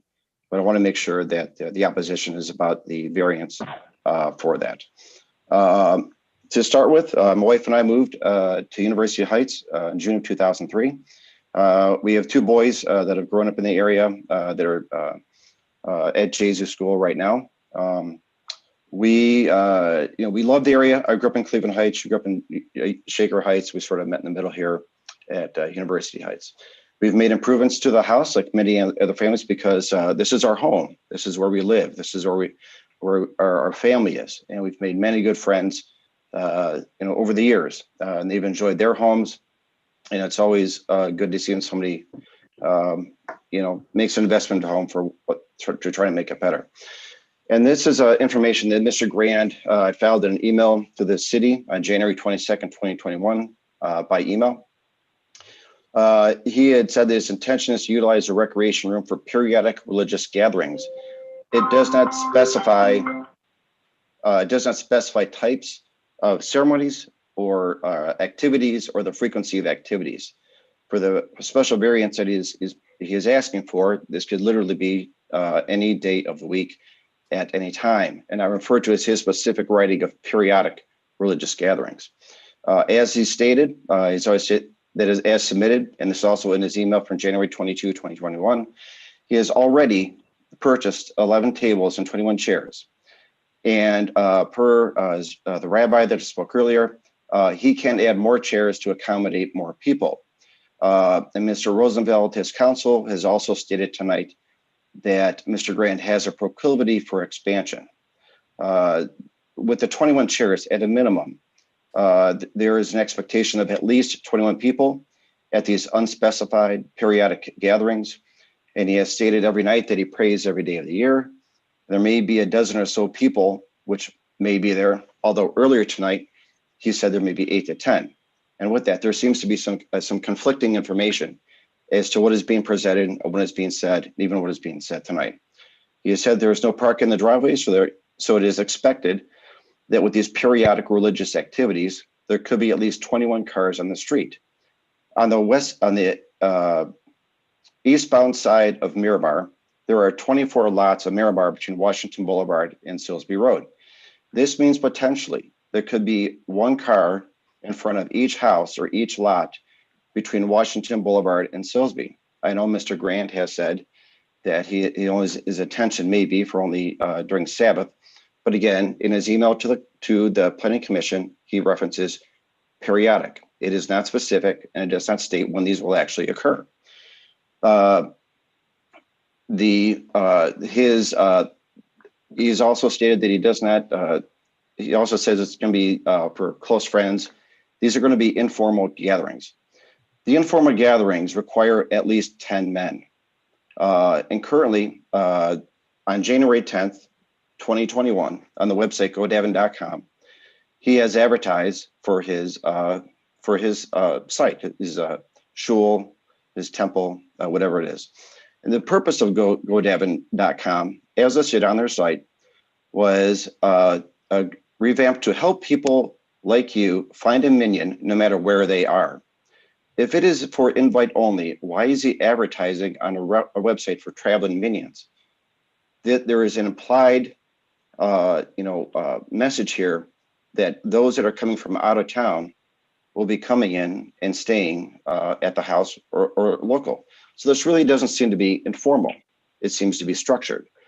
And he did reference that brownies and Cub Scouts are prayer groups, and that's really, quite frankly, that's not a fair comparison. That is a school activity. That is something that they're not meeting. You're not adding to the house. They're not moving the house around. A lot of it is done at school, which has also been zoned appropriately. He also, at a previous planning commission meeting regarding a variance for this driveway, he had affirmed under oath that his house is for personal use and not for a business. He said his business is in New York. And all of a sudden, there seems to be a change in plans. Mr. Grant also dropped off a letter at the neighbors 2 days ago on March 2nd, 2021. And in the letter, he says, we pray 3 to 4 times a day, every day. They may not seem like much, but on the Jewish Sabbath and high holidays, when driving is not permitted, my family must walk back and forth 4 to 6 times over a 24-hour period, and that is a lot of walking. I understand that Mr. Grant is from New York. I would like to believe that he's probably, before he moved here to Cleveland, was very familiar with the weather. And I would think at the same time, as he was looking for a home, that the location of his home to the temple may have been considered with that. Because right now it seems like he's just upset about the long walk. And this is what this really is kind of all about. So if he's concerned about, and this is from his, again, letter from March 2nd, 2021 to the neighbors, that is just an informal prayer group on the Jewish Sabbath and high holidays when Jews can't drive cars.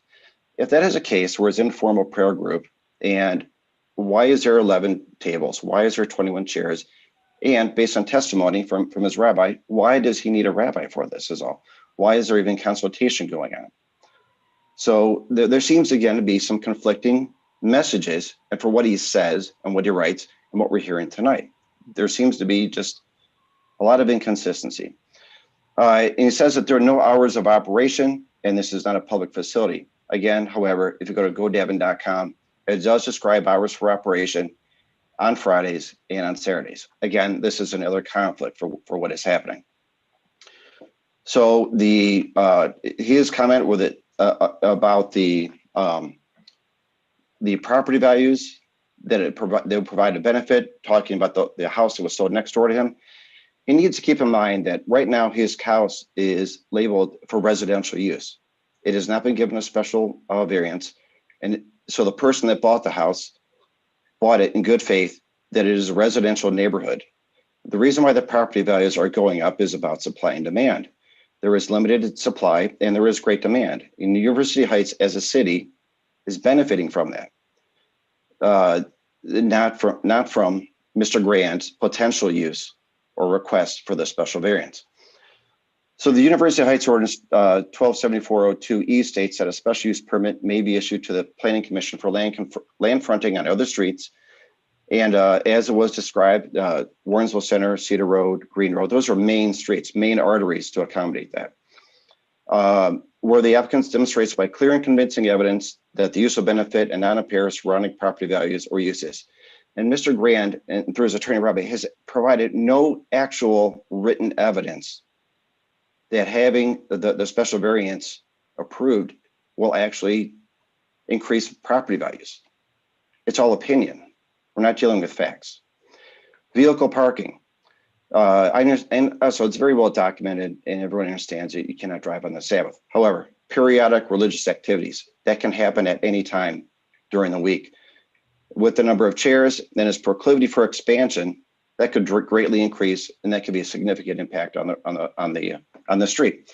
Pedestrian congestion or traffic conditions. Again, I'm going to refer to potential increased parking on street based on its proclivity for expansion. And again, no specific defined actions as to when these activities will take place. So the special use permit does not benefit, but may actually impair surrounding property values. It will cause parking and pedestrian congestion, impede traffic, cause noise pollution, and frequent parking scenarios. So if the cars were to take up the entire length of the street, where are my friends supposed to park? Where are my neighbors' friends supposed to park? Now it becomes, it's a chain reaction, it's a domino effect. It does not add to public health, and it does not add to the safety and for the welfare of the surrounding area. It is not true. University Heights Order 127402 F2 states the conversion of a residence, store, or other building for a use defined in section 1704.01 is prohibited. And the purpose why the city planners put that in there is because there's no frontage for the property. This is a residential neighborhood. It's a house. It is a home. It is not a business. If it were to get a special variance, literally any house in the city of University Heights could apply for a special variance, get it approved, and the University of Heights will no longer be the city of beautiful homes. We'll have a bunch of businesses. So that is not going to add to property values. I would argue that it's actually going to decrease property values. We have the same concerns as the Churchill Road area and want to keep the zoning as residential. We do not want to change the zoning. I cannot be more clear on this. The Churchill Road area went through a similar situation, and obviously, we want to make sure that actually happens. The City Planning Commission has received in excess 200 signatures. That includes 28 out of 39 homes in support of maintaining the current zoning code, keeping the code, not changing the code. We request that the commission denies the request for special use permit at 2343 Miramar Boulevard. And out of the 11 homes that did not sign, 2 of the homes were not occupied at the time as they were being sold or the process of being sold. So there's actually no one to contact at that time. Any change to the zoning code will have a negative impact to the city and set a precedent that any residence or home could be converted into any type of business. The city planners had a clear vision of the businesses that could be maintained on main roads, such as Cedar Road, Warrensville Center, South Taylor, Green, Fairmount Boulevard, and North Park Boulevard. There's a reason why those roads have been developed as a business, and they are not residential. And that's why the zoning codes are that way. The counter is the city is not, or that the counter is that the cities are not surrounded by residents or homes, but over access to them and adequate parking and safe roads. That is not the case with a special permit. Again, I'm referring that he has not provided any clear or convincing evidence that the approval for the special variance should be allowed. He has offered opinion, he's not offered facts. A couple other points, his designated modest space has increased during his renovations. And he has expanded his living room in a previous garage space as a music room. So the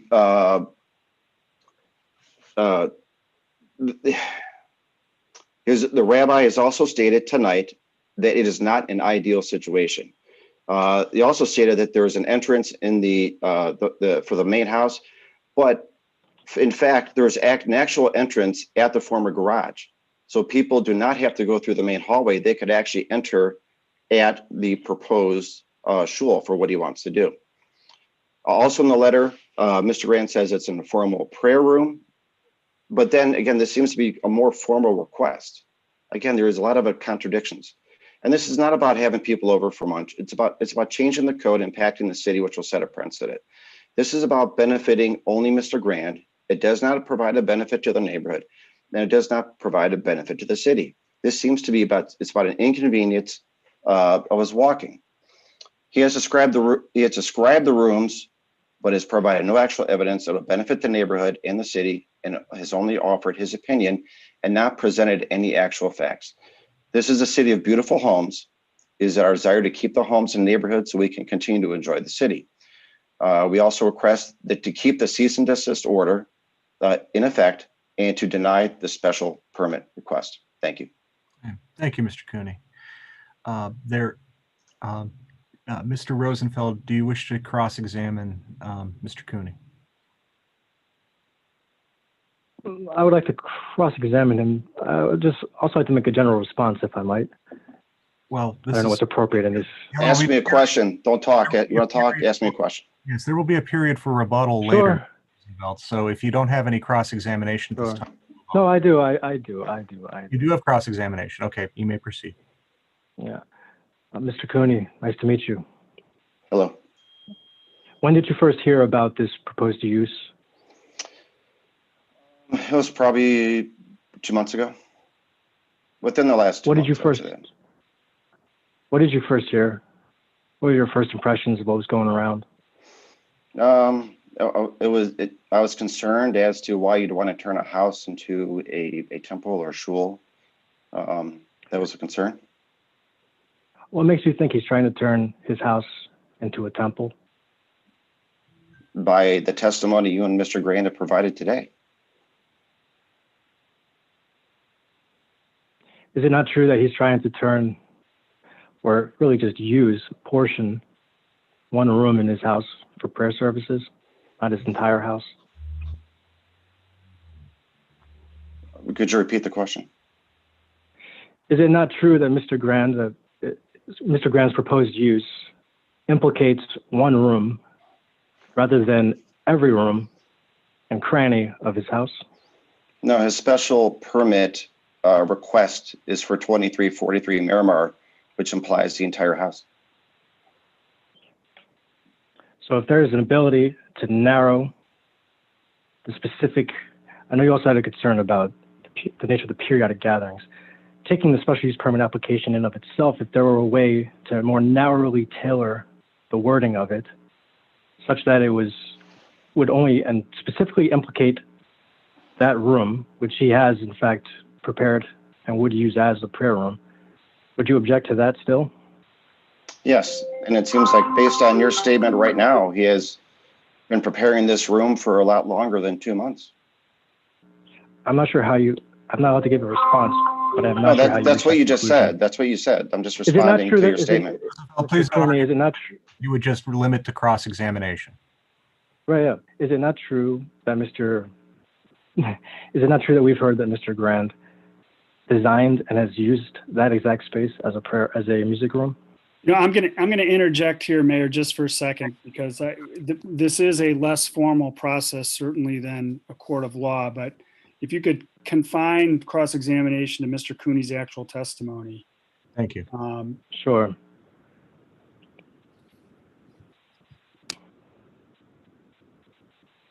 As the mayor mentioned, planning commission members are likely to have questions for the applicant, and the applicant may have the opportunity during that question and answer period to rebut some of the testimony that occurs.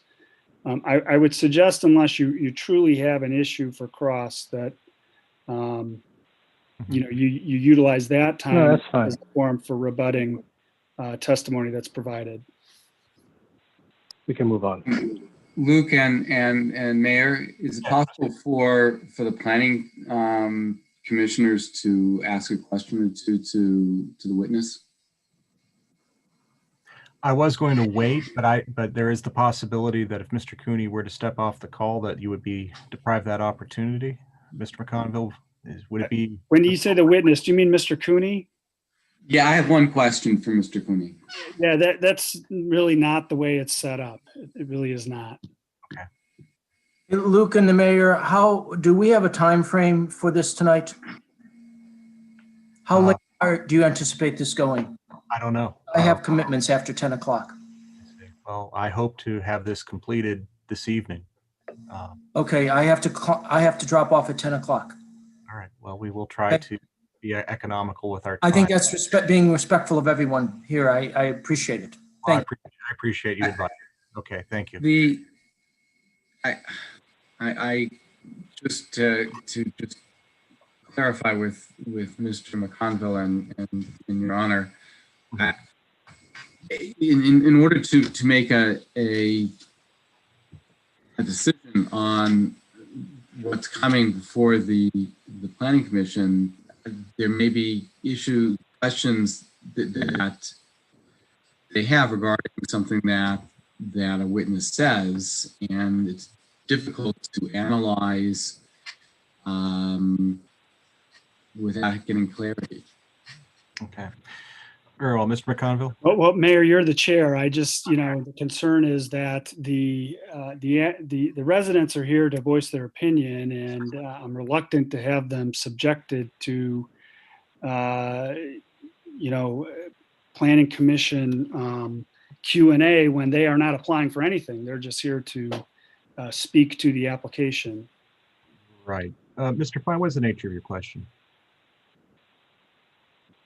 Well, Mr. Cooney emphasized his concern about the extensive use of the property and the terminology in the application of periodic as being open-ended. And so I was curious if he would maintain his objection if the application was limited in such a way, in accordance with what they testified to, that they were only. I believe that question was asked and answered by Mr. Rosenfeld and then Mr. Cooney, where Mr. Cooney basically said that he would object. Yeah, I mean, it essentially is about the approval for special variance. I just responded to the application, but the larger picture is that it will have it'll set a precedent. Any house in the city could apply for the special variance for any type of business. Very good. All right. Then what we'll do then is we will move on to the next witness. Thank you, Mr. Cooney. Thank you, Mr. Fine. Thank you. I'm going to call Katie Holtzheimer next. Ms. Holtzheimer, Mr. McConville will swear you in, and then you'll state your name and address for the record, and you'll proceed. You swear or affirm the testimony you will give today will be the truth, the whole truth, and nothing but the truth, so help you God. I do. Okay, you may proceed, starting with your name and address for the record. My name is Katie Holzheimer. I live at 2365 Fenwood Road in University Heights, which is a few streets away from Miramar. I have lived in University Heights pretty much my whole life, Cleveland Heights and University Heights. I raised my boys here. My husband and I live here. We're planning on staying here.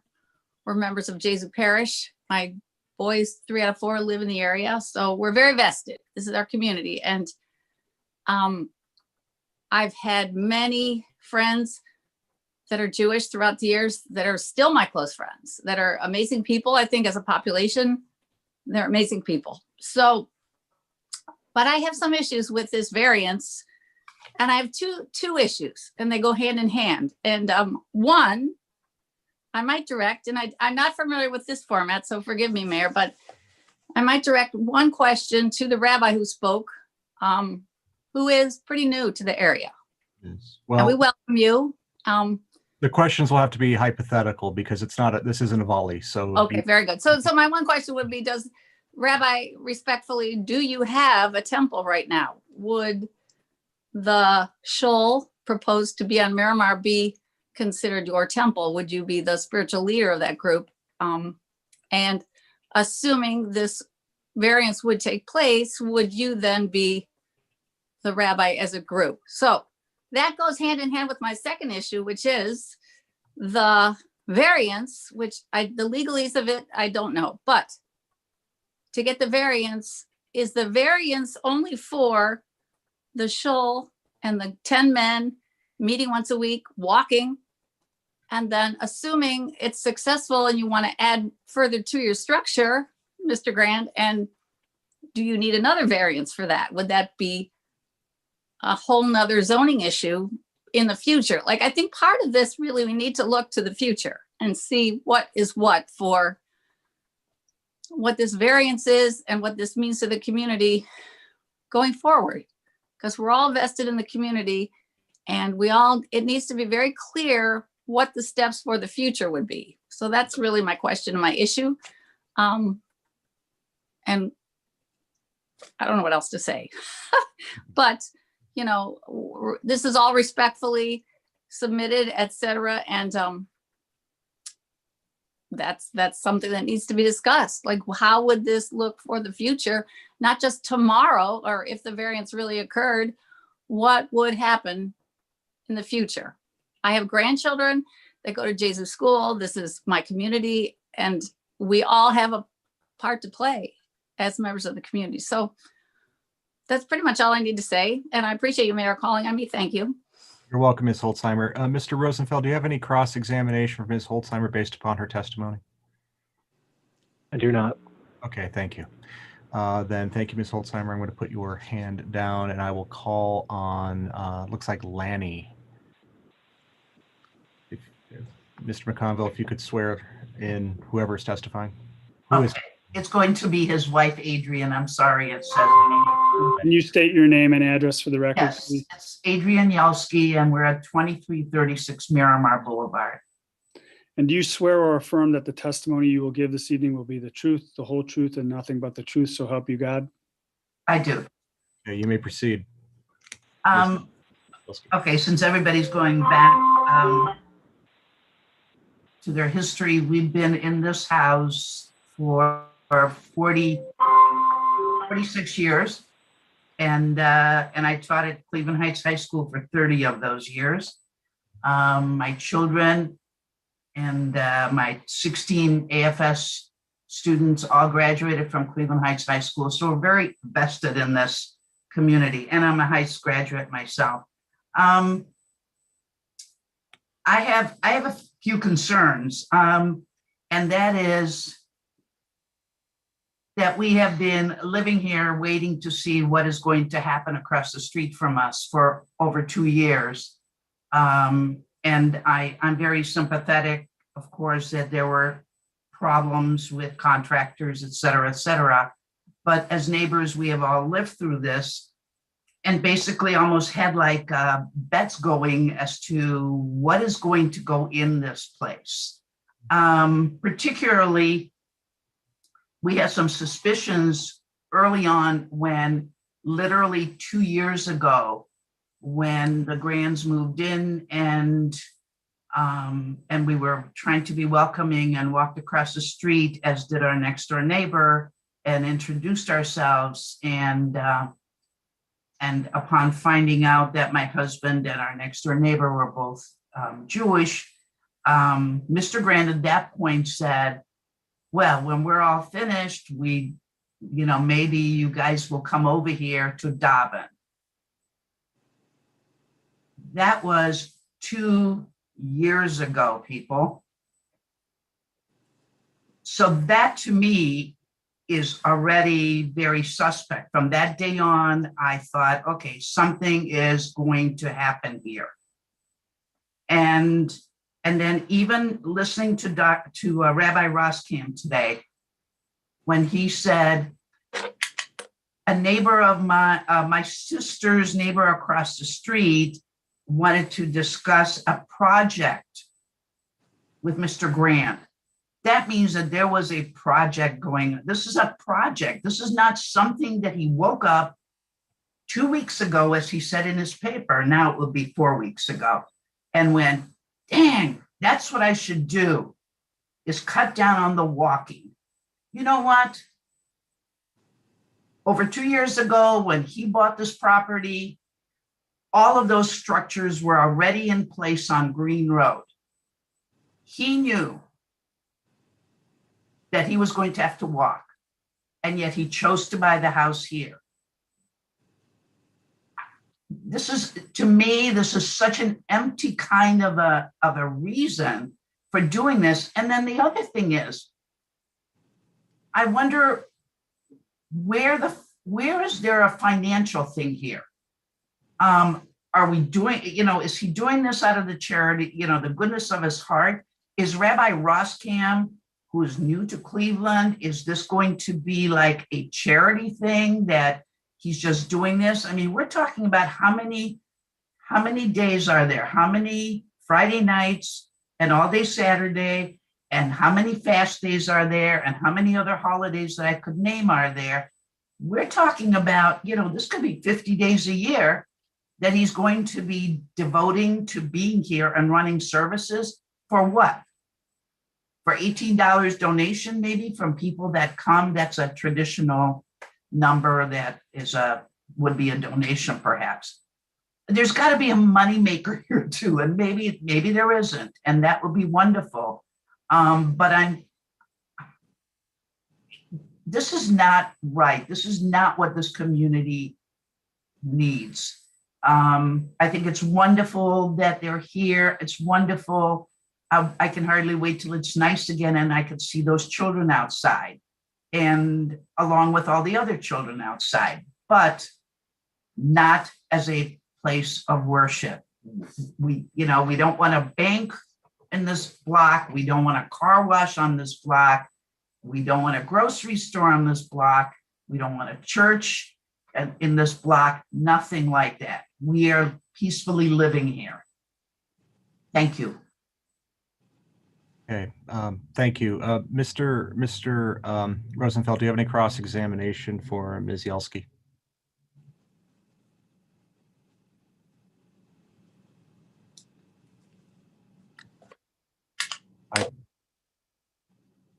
I can't hear you, Mr. Rosenfeld. Or I can't hear you, Mr. Rosenfeld. Okay, it looks like it's a no. All right, very good. Then thank you, Mrs. Yelsky. I see some other hands still up. Dave Curran, your hand has been up for some time. I'm going to call on you next. And Mr. McConville, if you would swear in Dave Curran. Yes, and before I swear in Mr. Curran, I just want to remind everyone, if you don't have the floor, if you could mute your phone, computer. We're getting an occasional bell ringing or other noises that can be distracting to the speaker. With that, Mr. Curran, do you swear or affirm the testimony you will give this evening will be the truth, the whole truth, and nothing but the truth, so help you God? Yes, I do. Okay, Mr. Curran, if you'd state your name and address for the record, and then you may proceed. Yeah, David Curran, live at 4049 Meadowbrook. We lived here 30 years. I heard Mr. Rosenfeld say that there were a minimum of 10 prayers every week. And then Mr. Grant said he's bought 24 chairs. I'd like to know what the maximum is every week, maximum number of prayers that he's aiming for. Other than that, I would second all the comments of Mr. Cooney. In the interest of time, I'll just second his his statements. Thank you. Okay, thank you, Mr. Curran. Mr. Rosenfeld, do you have any cross-examination for Mr. Curran based upon his statements? Are you able to hear me? I can hear you. I do not. Okay, very good. Then we will move to June Stanitz, who had her hand up. Mr. McConville, if you would swear in Ms. Stanitz. Ms. Stanitz, do you swear or affirm the testimony you will give today will be the truth, the whole truth, and nothing but the truth, so help you God? I do. My name is June Stanitz, and I live at 14157 Washington Boulevard. I've been a resident here in this house for about 30 years. It seems like I've heard no definitive information tonight about the number of anticipated people that will be meeting. At first, it was said that, 8 to 10 people will be meeting. And then I hear that there's 24 chairs and 10 tables. Only 2 people to a table? That seems a little bit suspect to me. Also, maybe I missed it, but I didn't hear what the dimension of the meeting, the prayer room is. And I just wondered, are there any regulations by the fire department about what's the maximum occupancy in a room? So if this tends to grow and more people are enjoying this and want to meet and want to congregate, will people be turned away? Or will that room grow? What is the size of the room? That's, I guess, the bottom line question that I'm asking. And I know the parking is always an issue in University Heights when we have delivery trucks. Sometimes there's vehicles parked on both sides of the streets. Every year there's John Carroll students parked on the street, and I'm told we'll call the city. And I don't feel it's my responsibility to call. If there are cars in the street that don't belong there, aren't you supposed to have permits on them? Sometimes they're overnight, sometimes they're there for 2 days. So again, that's just another thing that I think will be a potential problem. So I just wish these concerns could be addressed, please. Thank you. Just as a matter of information, all the board members, planning commission members have a copy of the application, which does provide a floor plan. The room is subdivided into 2 sections. One's 22 by 22, one's 15 by 15. So approximately 484 square feet and then 225 square feet. We have not, I do not believe we've sent in anyone from our Fire Prevention Bureau to verify that or to ascertain a maximum occupancy. Were this to operate as a house of assembly, those numbers would ultimately have to be determined. Mr. Rosenfeld, do you have any cross-examination for Ms. Stanitz? I do not. Okay, very good. Then we will continue on. I see a hand for Carrie and Leonard. I don't know who among you would be testifying, but Mr. McConville, if you would swear in whoever that would be. Yes, can you state your name for the record? From 2363 Lallemont Road. Can you repeat that? You need to speak up, please. Carrie Hawkins, Lallemont Road. Ms. Hawkins, do you swear or affirm the testimony you will give today will be the truth, the whole truth, and nothing but the truth, so help you God? Yes, I do. Okay, very good. If you could speak up, we're having a hard time hearing you. You may proceed. My first statement is just that I would like to echo everything that Mr. Cooney said. I think that he was very well prepared and said everything very well. So I would just like to echo everything he said, and I wasn't on his list of people who he initially had discussed with, so I'd like to add myself to that list. My second question, I don't think that this has been mentioned as much, but I am a CPA and I've been living in University Heights for 32 years. And my inquiry with this is this going to be a tax exempt institution now? And if it is, what are the requirements for doing that? If you're going to be an invite only small group, not inclusive, compare that to the Temples on Green Road, compare that to Jesu Church. there's a little bit of a difference there. So what are the requirements to be a religious institution and to be inclusive? I am honestly not specialized in this area. I am inquiring. I would like to know. I would also like to know on that forefront, if this is approved, would I be able to also have tax exempt status for my home if I wanted to have a Bible study group? Or, what would I have to do to have a tax exempt status on my primary residence? So Those are that's my questions, but they're probably beyond the scope of what we're considering this evening. Mr. McConville, what do you think? I'm not going to curtail the testimony of residents. I would ask them to try to stick to the application and the issues and to be concise when possible. And I'll leave it at that. Okay, very good. Thank you. You may proceed. We mentioned the indoors, and I know that's probably the scope of this as well, but will there be any outdoor activities for the religious activities as well? Okay. Yeah, I don't know if there's been any testimony on that. Mr. Rosenfeld, do you have any cross-examination for this resident? Okay, appears to be a no. All right, very good. Thank you. Appreciate it. Okay, there is somebody whose handle is November 18. Your hand's been up for a while. If you would unmute, Mr. McConville will swear you in. If you would state your name and address for the record so he could then swear you in.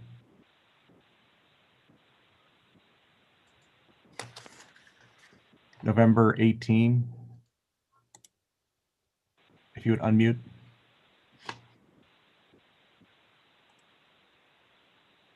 Are you talking to me, Mayor? No, I was not. There's somebody whose handle is November 18. It's Mary Lou McHenry. Is that who that is? Ms. McHenry? Very good. Say hello. Say hello. I'm on. Okay, we can hear you now. Mr. McConville, you swear in, Ms. McHenry? Raise your hand. Raise your hand. You swear or affirm that the testimony you will give today will be the truth, the whole truth, and nothing but the truth, so help you God. Yes. State your name and address for the record. Thank you. Name and address for the record.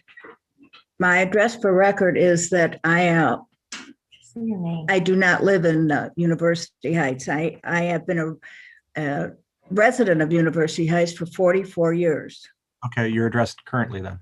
My address currently is 2673 Warrensville Center Road, Shaker Heights, Ohio. I'm at the spot where University Heights meets Shaker Heights. Right there. Okay, my name is Mary Lou McHenry, and as a resident of University Heights for 44 years, I need you to help me and the neighbors clarify how this has happened. A permit was applied for and plans were reviewed for an addition to 2343 Miramar Boulevard, which, by the way, used to be my next door neighbor. I lived there for 10 years in that little brick Tudor. Now, Mr. Grand, the owner, has decided his addition should serve as another purpose other than the original intent. Mr. Grand wants his home to become a house of worship. In a neighborhood of single-family homes, it is hard to understand how we are now at this point of considering pop-up or spot zoning on Miramar Boulevard. The neighbors should have had a right to read copies of all requests for variances that were previously issued by the city of University Heights. There are ordinances, I know, stipulating structures and boundaries. And if the property does not comply, they need to understand how and why the city gave this homeowner these variances. Instead, we are sitting here at the 11th hour, considering monumental changes that will have lasting effects on the entire community. To make a change to this structure and usage as atypical, and we are disappointed that you would not hit the pause button and dial back from the 11th hour and conduct business and abide by codes, zoning, ordinances, and laws that have been thoughtful, fair, and enforced by our past elected public officials. We all understand the COVID pandemic, the schedule changes at City Hall, and the work furloughs. However, this past year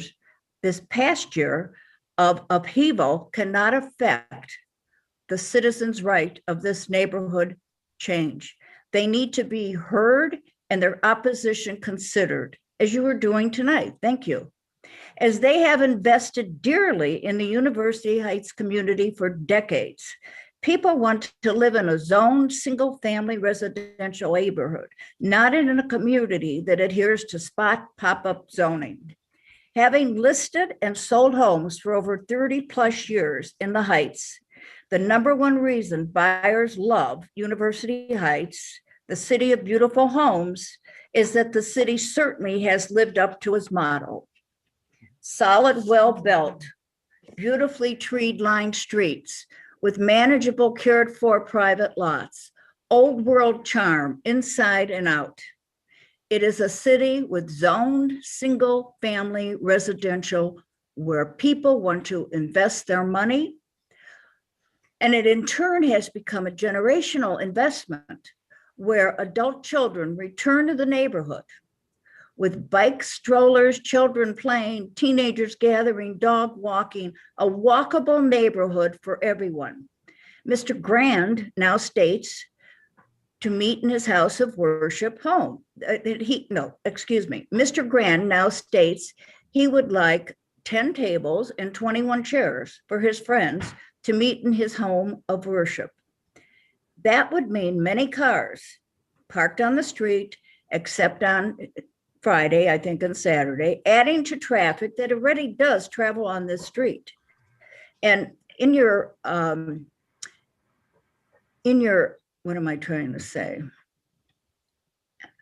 You have a, what does he have? Website, thank you.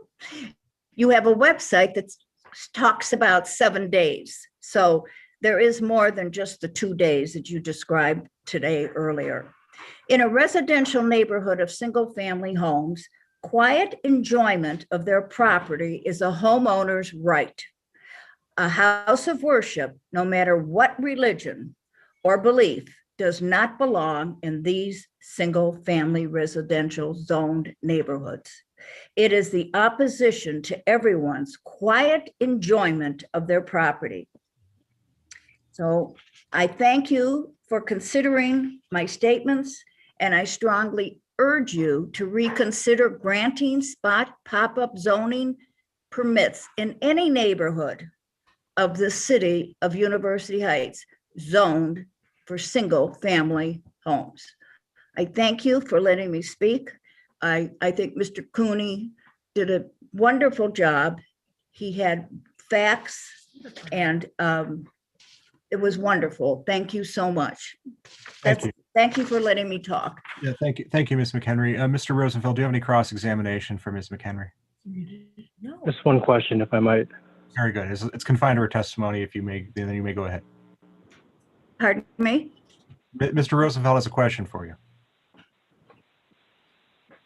Hello, ma'am.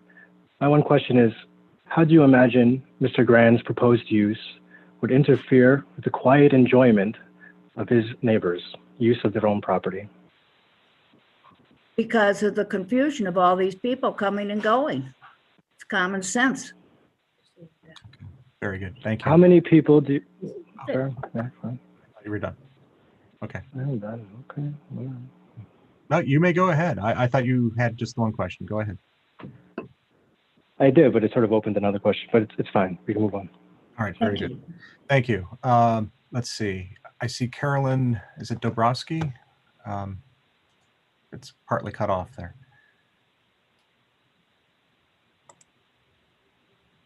Carolyn, your hand is up. Do you want to proceed? Yes, sorry. Conville, will you swear this witness? Yes. Do you swear or affirm the testimony you will give today will be the truth, the whole truth, and nothing but the truth? So help you God. Yes, I do. I affirm. Okay. And will you state your name and address for the record, please? My name's Caroline Dabrowski. My address is 2348 Lalamont Road. It is the home directly behind the section of the home proposed for the shul. Sorry, I'm currently breastfeeding my child, so I'm not on camera. That's very good. Go ahead. Well, first of all, I know Mr. Grand said that he has been playing music in that portion of his home, that it's been soundproofed, and that it has not disturbed anybody, but I am pretty sure that the home that we purchased has been vacant for quite some time. So I'm not sure that anybody was really there to really hear that or kind of attest to that. The other thing is I've been a part of the Jesu University Heights community. So is my husband, Charles Schulte, and his parents who live on Glendon. As Mr. Cooney said, and Mrs. McHenry so eloquently put, we're very concerned. We bought our home thinking that we're backing up to a residential lot with residential use, and never ever imagined that this would be allowed. And it just seems like everything is very open-ended. I'm very concerned about the fact that he's saying he's not going to expand, that there's not, but I just, like, we're just supposed to take his word for it. It just doesn't seem right. Everything seems very, just kind of, I don't know that he can describe in more detail, or if that we can limit the permit. I don't think that that's allowed. I'm concerned about the taxes. It's just not at all how I thought we'd be welcomed or be entering into this neighborhood, and we weren't really even told about it. Our neighbors are the ones that informed us of all of this. All right. Very good. Thank you. Mr. Rosenfeld, do you have any questions for this resident? I do not. Very good. Well, thank you then. And we will move on then to Vivian Porter. I know you've been waiting patiently. I am concerned about time, so if people could be economical about their comments, and if they're only covering new ground, and again, directed to the applicant and the application rather. So Mr. McConville, would you swear her in? Mrs. Porter, do you swear or affirm the testimony you will give today will be the truth, the whole truth, and nothing but the truth, so help you God? I do. I just have a couple of questions. We're the closest neighbor to the Grand residence. We live 12 feet from this. This is such a big part of our lives. Your street address again, just for the record. 2355 Miramar. We are exactly 12 feet away. And we cannot possibly just talk about the shul as being that many feet away, or it's only a certain portion of the house, because in Ohio, any part of the dwelling is what's going to be receiving this permit. So you'd be issuing a permit for a shul that is 12 feet from my house. Mr. Grand discusses parking.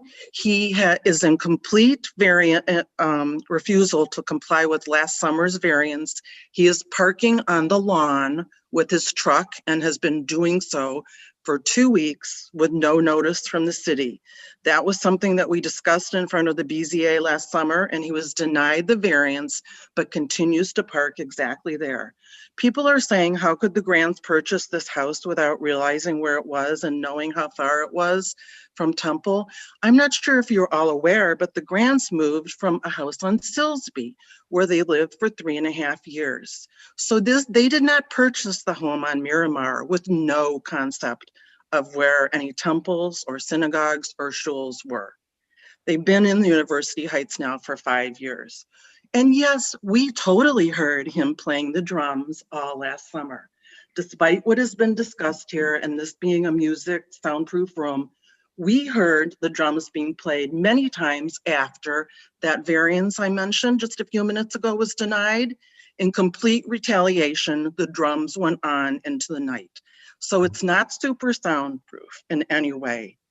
I guess the last thing I'd just like to say is it's so close to us, and we've been dealing with this. I have lived in the Heights for 65 years, and I'm begging you to please consider that this is a clear-cut case of spot zoning.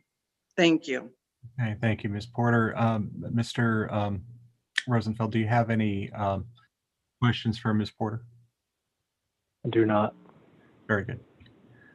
Then we will move on to Bridget Holzheimer. Mr. McConville, you swear her in? Do you swear or affirm that the testimony you will give today will be the truth, the whole truth, and nothing but the truth, so help you God? Okay, you're muted. You're on mute. You are muted. Bridget, you're muted. There you go. Am I on mute? Okay. Mhm. I'm sorry. I have more. Mayor, is it okay if I give a comment, necessarily a question? Is it okay? Yes, in fact, questions are not really appropriate. Okay. So I haven't been a long-term University Heights resident. I'm actually from the West Side, but my husband's family, Holzheimers, are. And after listening to tonight, I guess I'm very confused and disturbed. And I think for me, I did a little bit of research on the background of Mr. Grand and his company and where he's from. And I would ask if it's possible for the Zoning Commission to look into a background. It's called Violation Removal, Inc., which is Mr. Grand's, I guess, original business. I don't know. I can't quote on that. Mr. Rosenfeld or Mr. Grand himself should probably speak for that. But the website is very confusing, just like tonight. I don't feel like things were actually clear cut. I think it went from 8 to 10 people to 20 to 23 people to all these different numbers. And it was very confusing as a resident. I live on Carroll Boulevard. And I love my neighborhood very well, 4156 Carroll Boulevard. And I don't find the Q&A nonsense that happened tonight between Mr. Rosenfeld and Mr. Grand was a bit ridiculous. And I found it to be insulting. And I think to get to the point of what we really need to figure out is what Mr. Cooney and others prepared themselves to do. So I feel like it was very insulting and confusing. And just like the website that I pointed out is the same exact thing that Mr. Grand's thing, his company, all the promises, but nothing following through. And that's what I feel like. I feel terrible for Miramar because I don't think they're necessarily getting the right answers. So that's just my comment. Okay, very good. Thank you, Ms. Holzheimer. Mr. Rosenfeld, do you have any direct examination for this witness? What is your specific concern with this proposed use? Honestly, I don't think you gave any clear answers. And the fact that your client, I guess is what we'll call it, couldn't even answer for himself, I don't know what to say about that. Okay, very good. Thank you. All right, we will then move to Sherry Frum. Ms. McConville. Yes, before we proceed, I want to just address a couple things for the benefit of Planning Commission members and for the audience as well. Very good. One is just to reorient people or orient them. You are addressing the Planning Commission. The Planning Commission members are the members who will vote on the application. Secondly, to the extent possible, please try to keep your marks confined to the issues of the land use and the application. And then lastly, just for purposes of clarity, I do want to note for the record that the additions on both sides of the home at 2343 Miramar did not require variances. They were permitted use, no variance additions where building permits were issued because no building code was impacted or violated. that is largely a function of the size of the lot. Secondly, the BZA hearings that occurred were properly noticed, and they were also well attended by various neighbors, speaking for and against the proposed variances. And that was an instance where hearings were continued over a period of time, and some variances requested were granted, others were denied. Lastly, the Chapter 1274 that's under consideration this evening is a law that has been on the books in University Heights since 1982. It has been updated periodically over time, but it was initially enacted in 1982, was updated in 1990, again in 1999, and then I believe again a last time in 2008. With that, I will swear in Ms. Frum. Do you swear or affirm that the testimony you will give today will be the truth, the whole truth, and nothing but the truth, so help you God? I affirm. Very good. You may proceed. And state your name.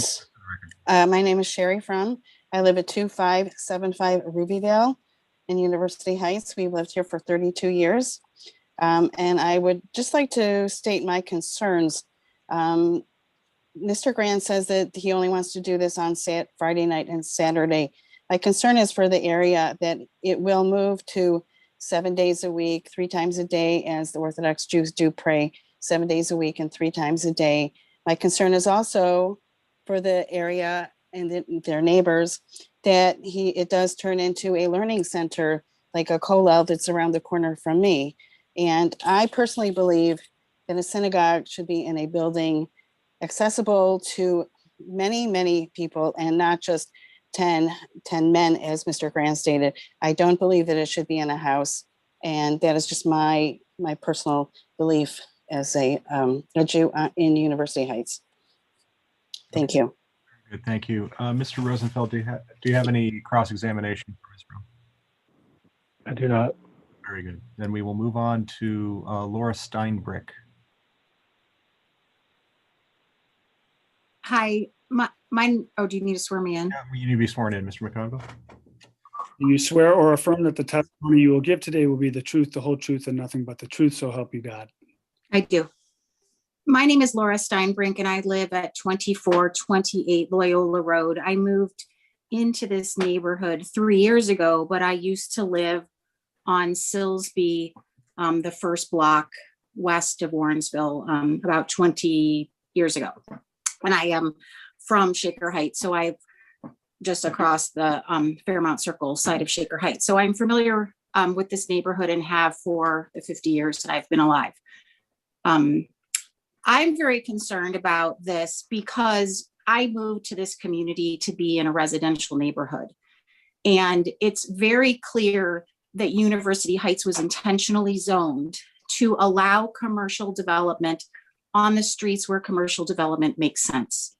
And Loyola, Lalemont, Miramar, or any of the primary residential streets is not that.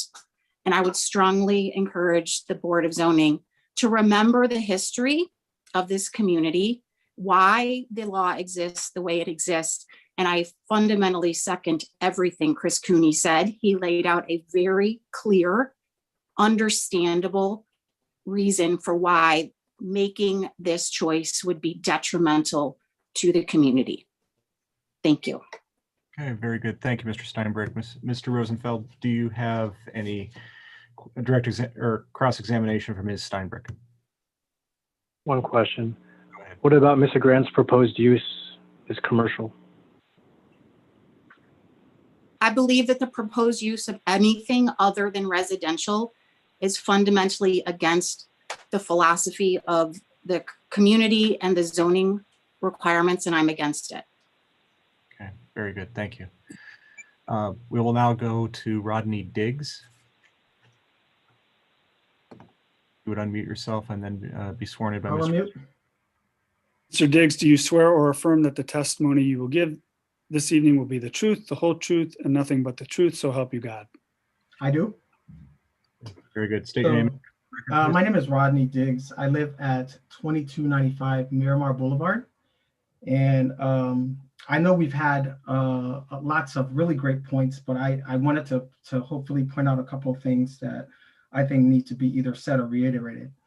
The one thing, first of all, is that this special use permit, if granted, is setting a bad precedent. I can't imagine if this goes through, what other things come in the future, right? That's the first point. The second point is, I know that the intent, Danny's intent, is sort of not as grand, not to, no pun intended, but it's not as he's not talking about something large right now, but the special use permit allows him to expand into just that. And that decision is basically up to him once it's granted, and we can't do anything about it. Lastly, talking about the benefits, we have 29 of the 39 residents on this street signing a petition hoping that this group will deny that request. And I have not heard of any points that would make me agree that this special use permit is going to benefit the rest of the neighborhood. This sounds like basically Danny's inconvenienced by walking to synagogue. And now we have to sort of make changes to the rules because he wants, he wants a little bit more convenience. I don't see how this is benefiting the rest of their neighborhood. And those are the points I needed to make. Okay, very good. Mr. Rosenfeld, do you have any cross-examination for Mr. Diggs? One question. In what way do you imagine Mr. Grant's proposed use would directly affect you on a day-to-day basis?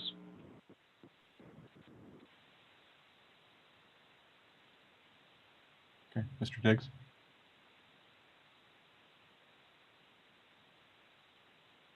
As if he does not want to answer, we cannot compel him to. Wait. I am answering. Okay. Oh, I'm saying if I were to look at me and I knew that there was like a special use, a house in the middle of the street, I might think twice about buying on that street. So that's kind of how I'm looking at things. Okay, very good. There's somebody logged in as iPad 3. Your hand's been up for a while. You would be up next. If you could unmute yourself and then state your name and address for the record, Mr. McConville will swear you in. Okay, am I on? Yeah. You are on. We can hear you. Okay. What is your name and address? Oh, I'm Kathy Steiner, 4158 Carroll Boulevard. Okay. Mr. McConville, we swear her in. Do you swear or affirm that the testimony you will give today will be the truth, the whole truth, nothing but the truth, so help you God? I do. Okay, Ms. Steiner, you may proceed. Well, I'll be your shortest comment for the evening. After listening to everybody, I just totally agree that that should not be in a residential area anywhere. I don't care what city it is. And that's it. I just wanted to voice my opinion. Very good. Thank you. Mr. Rosenfeld, anything for this witness? One question. Why do you feel that way? Because it's a neighborhood city, and I don't believe that any church or any building or business should be built on a residential street. Okay, thank you. Yep. Gene Cunningham, I see your hand is up. Thank you. This is Jack Klosnick, and my wife is Jean Cunningham. We live at. Okay, very good. Mr. McConville, will swear you in, Jack. Thank you. Jack, do you swear or affirm that the testimony you will give today will be the truth, the whole truth, and nothing but the truth, so help you God? I do. I'm sorry, I'll bring the camera on if I can. Here we go. Very good. Mr. McConville, address for the record, please. I shouldn't be. Your full name and address for the record first. Sure, please. it's Jack Klosnick, 2308 Loyola, 2308 Loyola, and my wife is Jean Cunningham. We've very- lived here for over 30 years. So, Mr. McConville, if my notes are correct, I thought you said one of the factors that need to be considered is whether denial of the special use permit or variance, or whatever we're calling it, whether it would cause an undue hardship to the applicant, Mr. Grant. And if that is correct, am I correct on that point?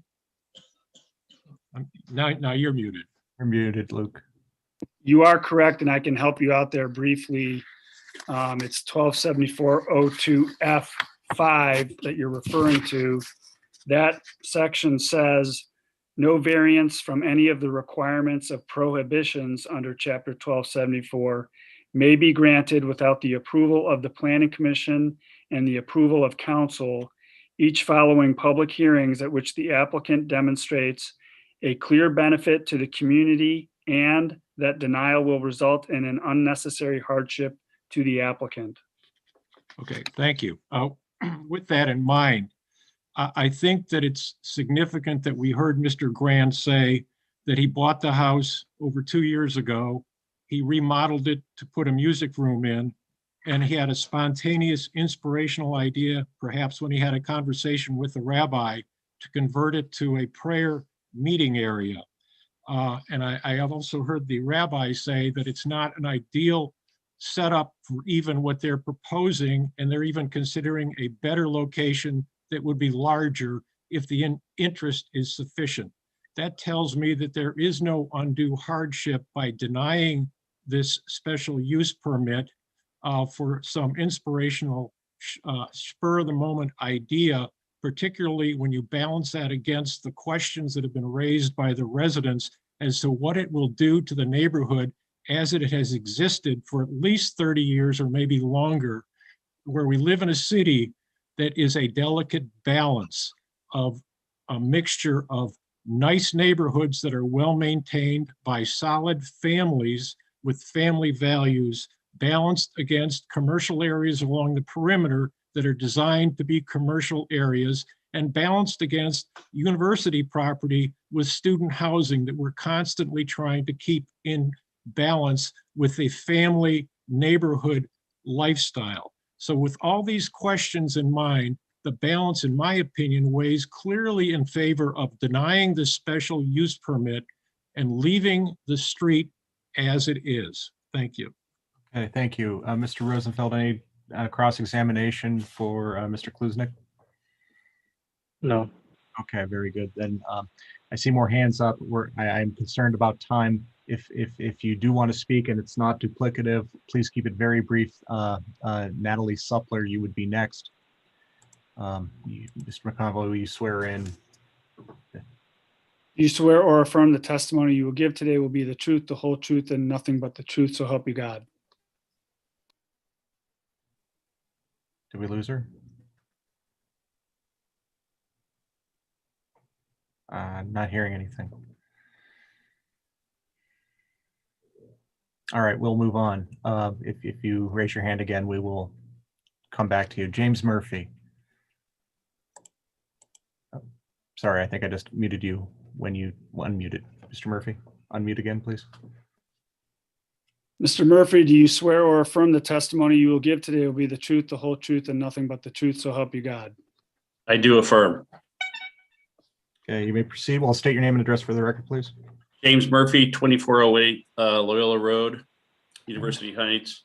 I've lived in this house for the better part of 13 years. My wife Meg grew up on Lalamont Road, as did with her mother, and they were residents there for well over 30 years. I'll be short and brief.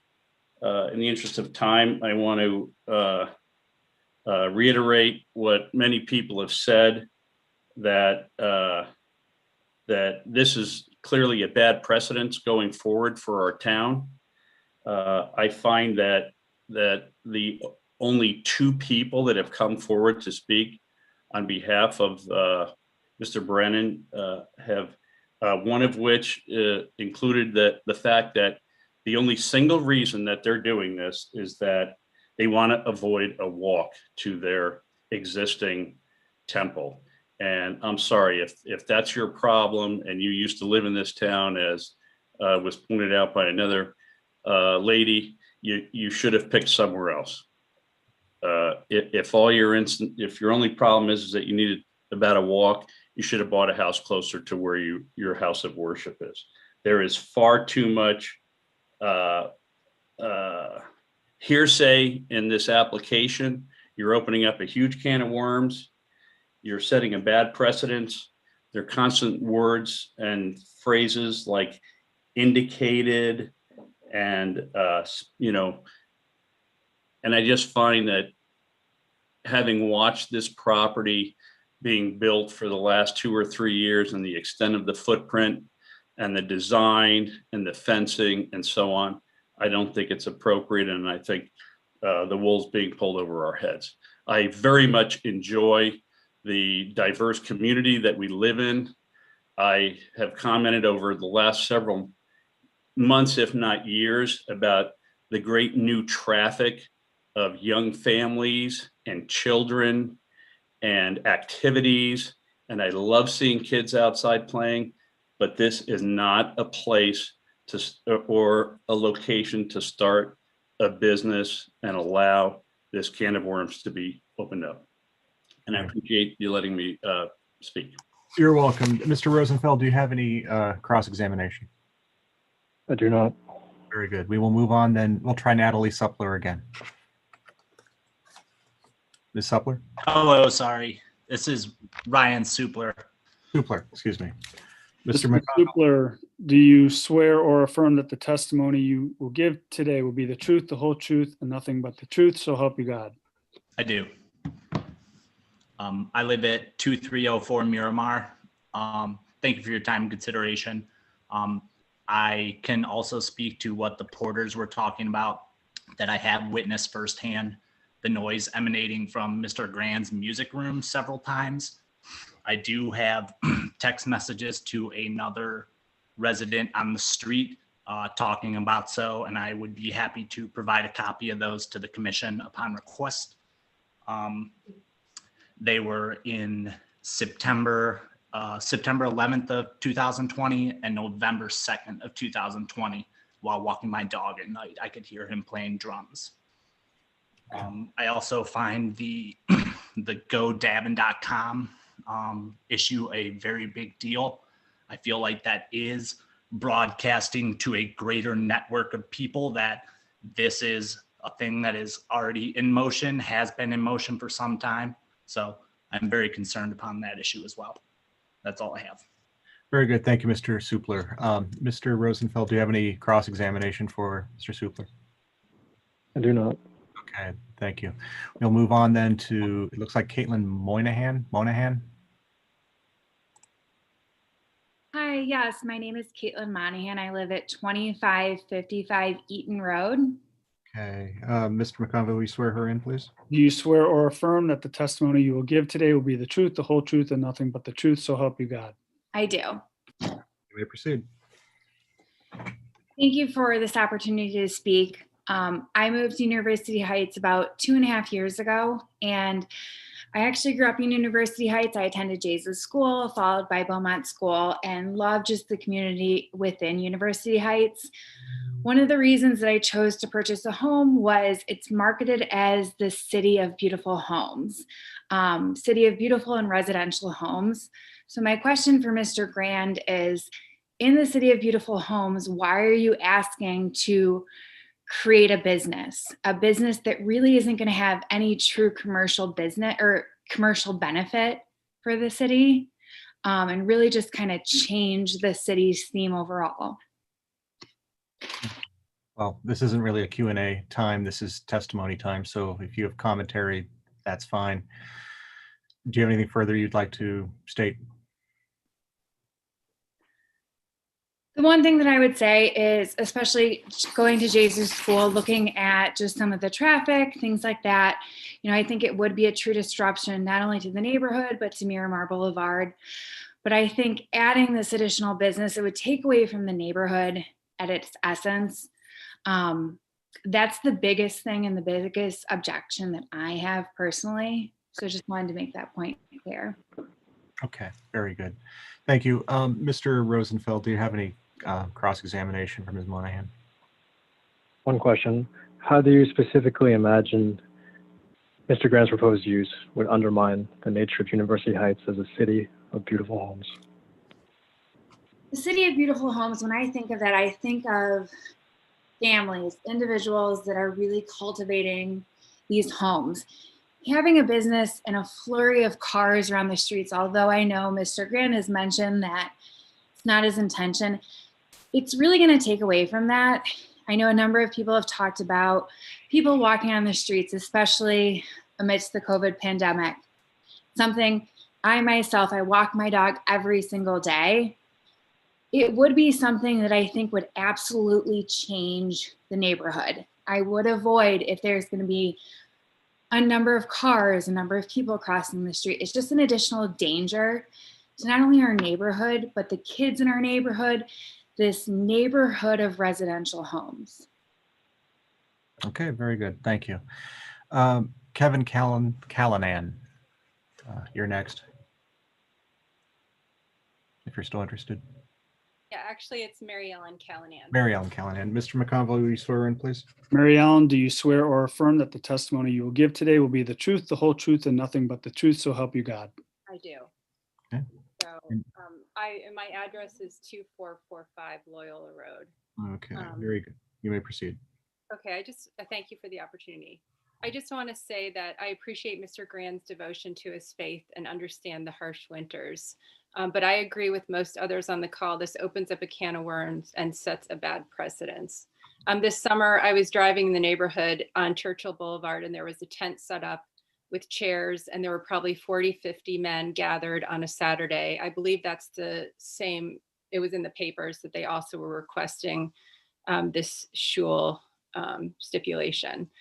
In terms of creativity, you know, there's a large office building that's next to Target. It's on Miramar and Cedar. You know, why not just see if you could rent some space and have your prayer group meet there? It would be a shorter walk and it wouldn't bother any of the neighbors. I do think, you know, it says 10 people. Like I said, this house I observed this summer had 40 to 50. I think it would be a struggle for the city to enforce any of these stipulations. So I think it would just be best for all considered that this is not granted, and then hopefully Mr. Grand and his group could find another location. Okay, thank you. Mr. Rosenfeld, do you have any cross-examination here? Same question as I've had before, but this time to you. Is there any specific aspect of Mr. Grand's proposed use as it exists that you think would directly affect your use of your own premises or otherwise impact the neighborhood? I think some people have said, you know, it's just increased foot traffic and cars. I mean, the city has a small staff. I've had other issues before where things are it's hard to get a response. I think, you know, it's asking a lot. And it's one of those things, you know, there's something on paper and then over time, you know, more people want to join, or there's a tent outside, or people are talking. I just think that it's just going to be, other people can, you know, submit to get something like this. We have lived here for 26 years. And part of the reason is, you know, a city of beautiful homes, we can take walks. You might see a dog walker. You're not having, you know, groups of people coming and going. You know, if my next door neighbor had a group of 10 every Saturday, it would get to be bothersome. You know, it's just the large group coming and going. So I think, you know, talk about creativity, I think, you know, Cedar and Miramar, that's like a block. You know, let's just come up with a solution that works for everyone. Okay, thank you. We're gonna take one more. MH Bigach, I'm not sure if I'm saying that right. If you would. That's me. My name's Margaret. I'm a nurse and Yes. I've been a Mr. nurse. McConnell's going to swear you in. Oh, sorry. Can you state your name and address for the record, please? Margaret Bigach, 2328 Laylamont Road. Do you swear or affirm the testimony you will give today will be the truth, the whole truth, and nothing but the truth, so help you God? I do. I would reiterate everything that was said so far. I agree with so much. I agree that there's been a lot of inconsistencies in what Mr. Grant has said. First, he said there was going to be a handful of people, which means 5. and then it's 21. And I guess my concern is, I'm a nurse. I work in an emergency room with COVID right now. There would be 21 people in this room. They have one bathroom for all these people, and they show that COVID is spread through the bathroom. So that would be another concern. In my neighborhood, then there would be these people coming in. If he's had on the website of people coming in from elsewhere, we would have an issue with COVID. COVID is not going away.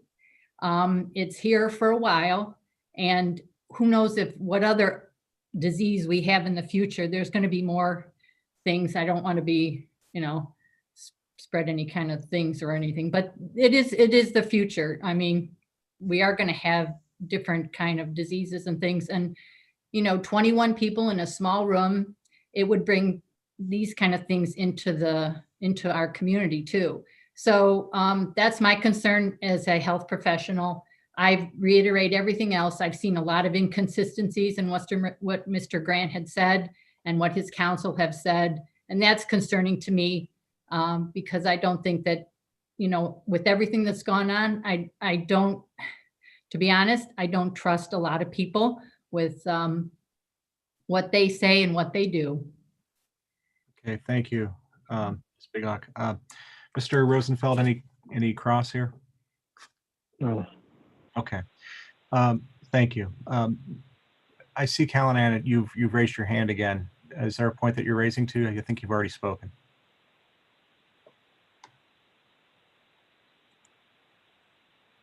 All right.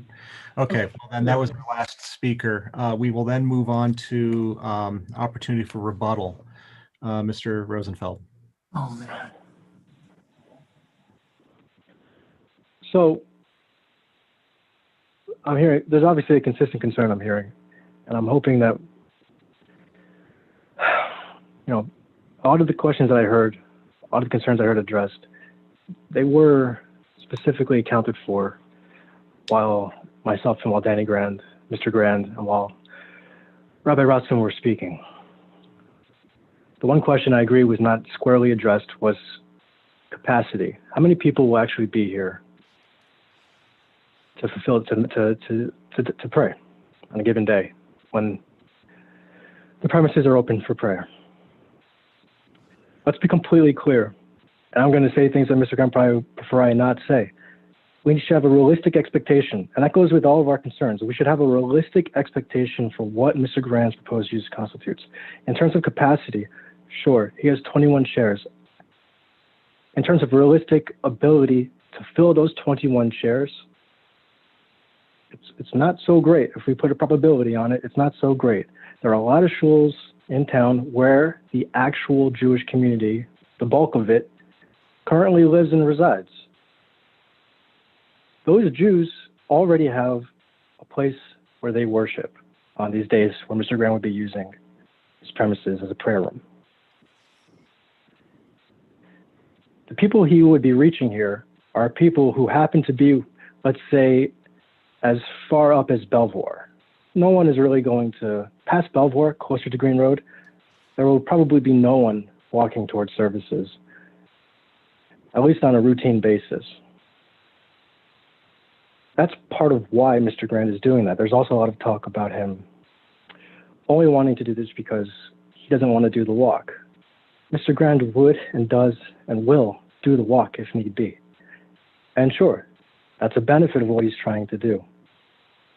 But that's not the sole reason for why he's doing this. Although that's a reason he stated. The reason he's doing this is because he truly believes it's a mitzvah. It's a good thing to do for the community. He does have neighbors, and there are people on his side of Belvoir who would benefit from this. They may not be as legion as the people who are in opposition, but it's not a Jewish community, so that's no surprise.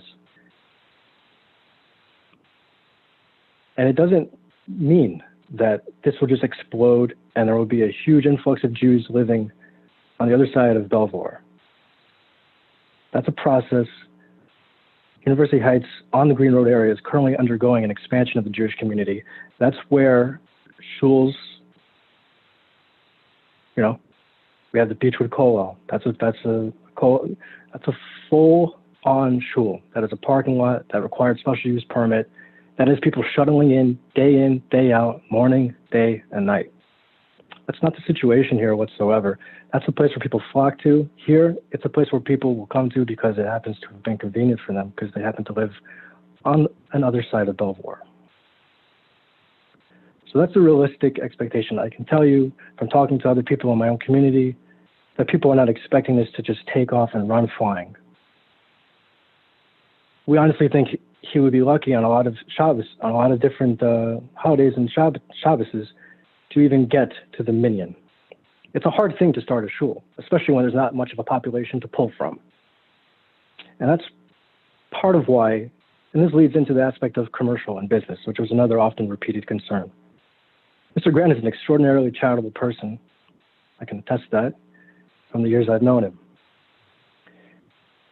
We should not assume that he's acting out of self-gain. I don't think that would be a fair estimate of him, and I don't think there's anything to base that on. He's not seeking religious tax exemption on his property. I don't even think he would qualify for it, though it's beside the point really here. It just is, Vivian. I know, but it is. And there's no money to be made. Let's say he were to put out a couple of tzedakah boxes, a couple of tzedakah bins, cans on the altar. That's quarters, maybe some dollar bills. And it's not even for him to keep, unless it's designated for him to keep. So we're not talking money here. We really are, and he's put in expenses for these items. There's no commercial business aspect of it. I'm going to interrupt here. Mr. Szymborski, can we prevail upon you to remain on the call for some period of time? Only if you tell me when this is going to end, Luke. Well, we're gonna turn the floor over to the Planning Commission to ask questions. So you guys will be in. I need this over by 10:15. This has gone on long enough. I'm sorry. You guys are in control. Let me just say there are 195 signed petitions against this, and we're sitting here and going through this. So I hope this ends by 10:15.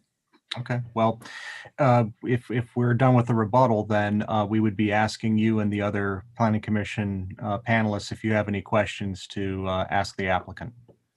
I don't have anything to ask the applicant. I am just going to say I have from Kelly and from Luke 195 signed petitions that I looked at and I read through, and I've been to 3 houses in University Heights. And 134 of those signers live in this city, and they're against this. And there are places where we have designated uses for these types of special uses. So if you want to know where I stand, it's not in favor of this. That's all I have to say. Very good. And I'm actually disappointed that this was brought to our attention, in that I would hope the applicant would know where the community stood with this. We are a loving community. We live amongst each other. We understand diversity here.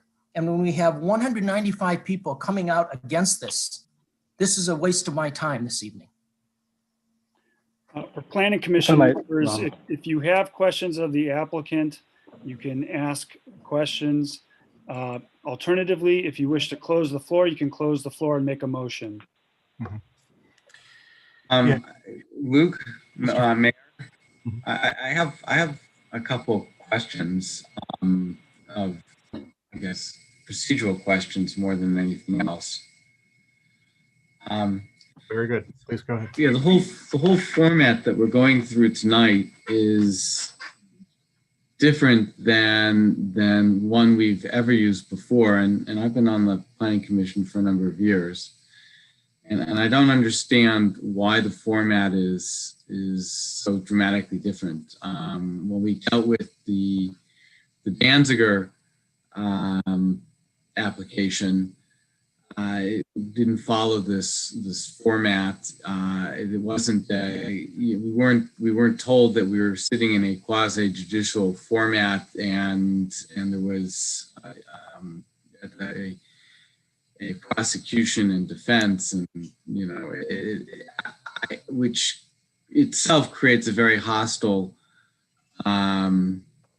confrontational approach to an issue. So can you kind of clarify why this is set up like it is tonight, and what makes this procedurally different than how we've ever handled anything in the past? Well, a couple things. In the Danziger hearing, we did swear people in by oath.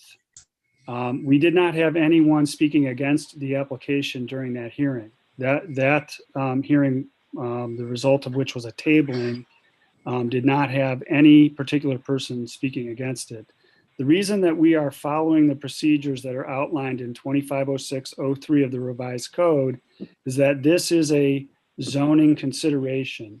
It's one of the quirks of our zoning code that the special use permit under this particular chapter of ordinances, 1274-01, is not decided by our Board of Zoning Appeals. It's instead decided by our Planning Commission. And this is the very same procedure we walk through in every single Board of Zoning Appeals hearing we hold. So it's a zoning decision that is conferred by a special section of the code to the Planning Commission. I agree with you that most Planning Commission meetings are not conducted in this format, but when we have a zoning issue at Planning Commission, we do attempt to adhere to the restrictions and the guidelines in 2506-03, and that's why we're doing this tonight. So I have a few more questions. Another question is, it's not clear to me from the packet of information that was forwarded what exactly is being sought. Normally, when we have a meeting, there's a proposed resolution that sets forth details of what we're trying, of what's being asked, and that's not here. And so if I find it difficult to consider something, can you explain what exactly are we? Do we have to formulate it ourselves? Well, what exactly are we being asked to vote on and make a decision on? The applicant is seeking a special use permit under chapter 1274 to operate in a residential home as a shul. When we've granted special use permits in the past, they're not always so broadly worded, and we're often advised by you that we can consider very specific, detailed special use permits that aren't so broad, that have conditions, agreements attached to them. Is that an option here, or that's not an option here? The Planning Commission, as I've said many times in the past, has broad discretion to condition approvals as they deem fit. So I leave that to the discretion of the Planning Commission. I do want to make sure that Planning Commission members are mindful of the legal standards that are set forth. In particular, there are factors under 1274-02 that we've enumerated, and the burden of proof that the applicant must meet is the clear and convincing standard, which, as you know, Mr. Fine, is a difficult standard.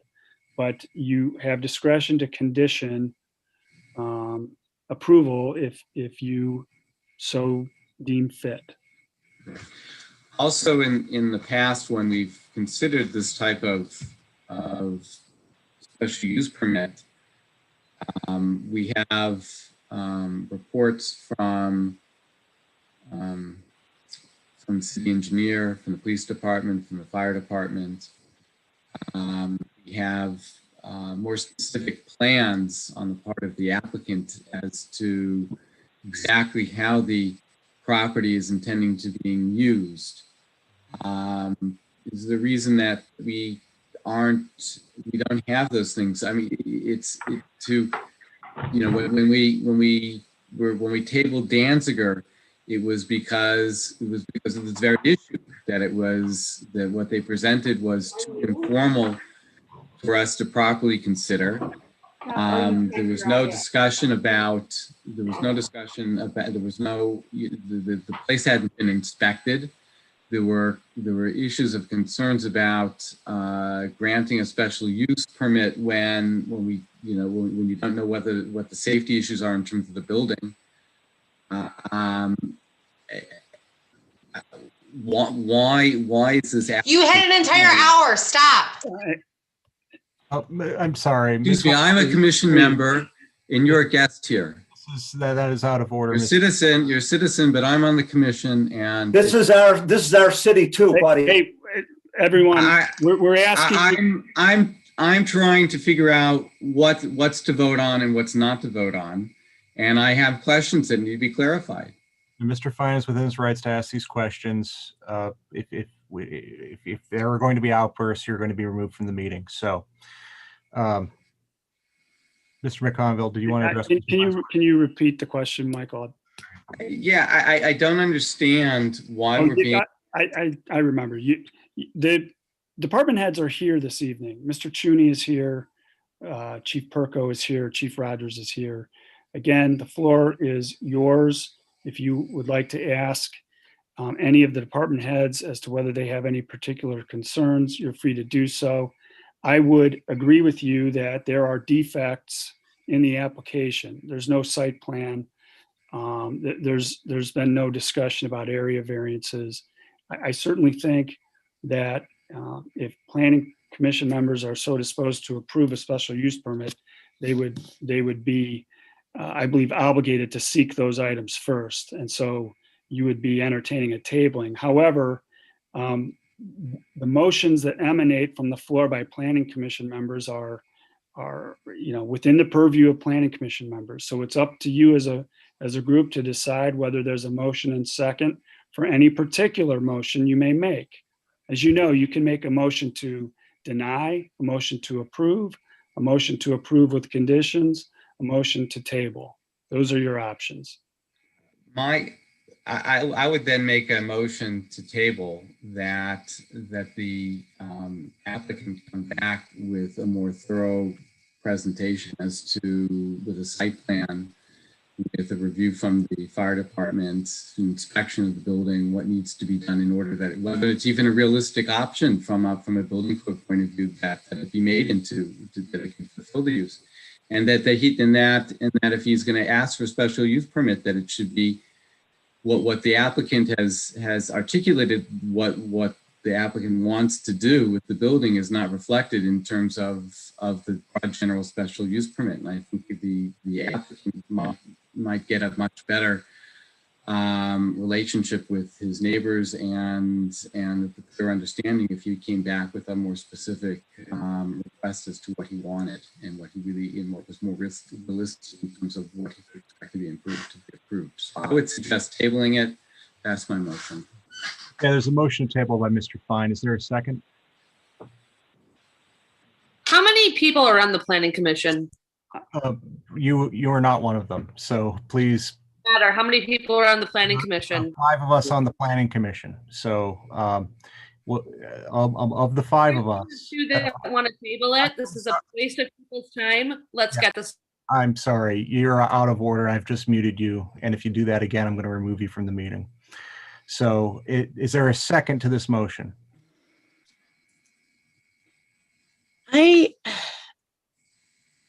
I'm tempted to second, partly, watching the clock. I feel like I need more time with the rest of the planning commission and with,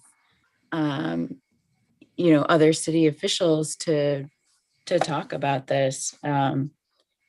There's, on one hand, I have immense respect for concerns of neighbors when it comes to an issue that comes before us.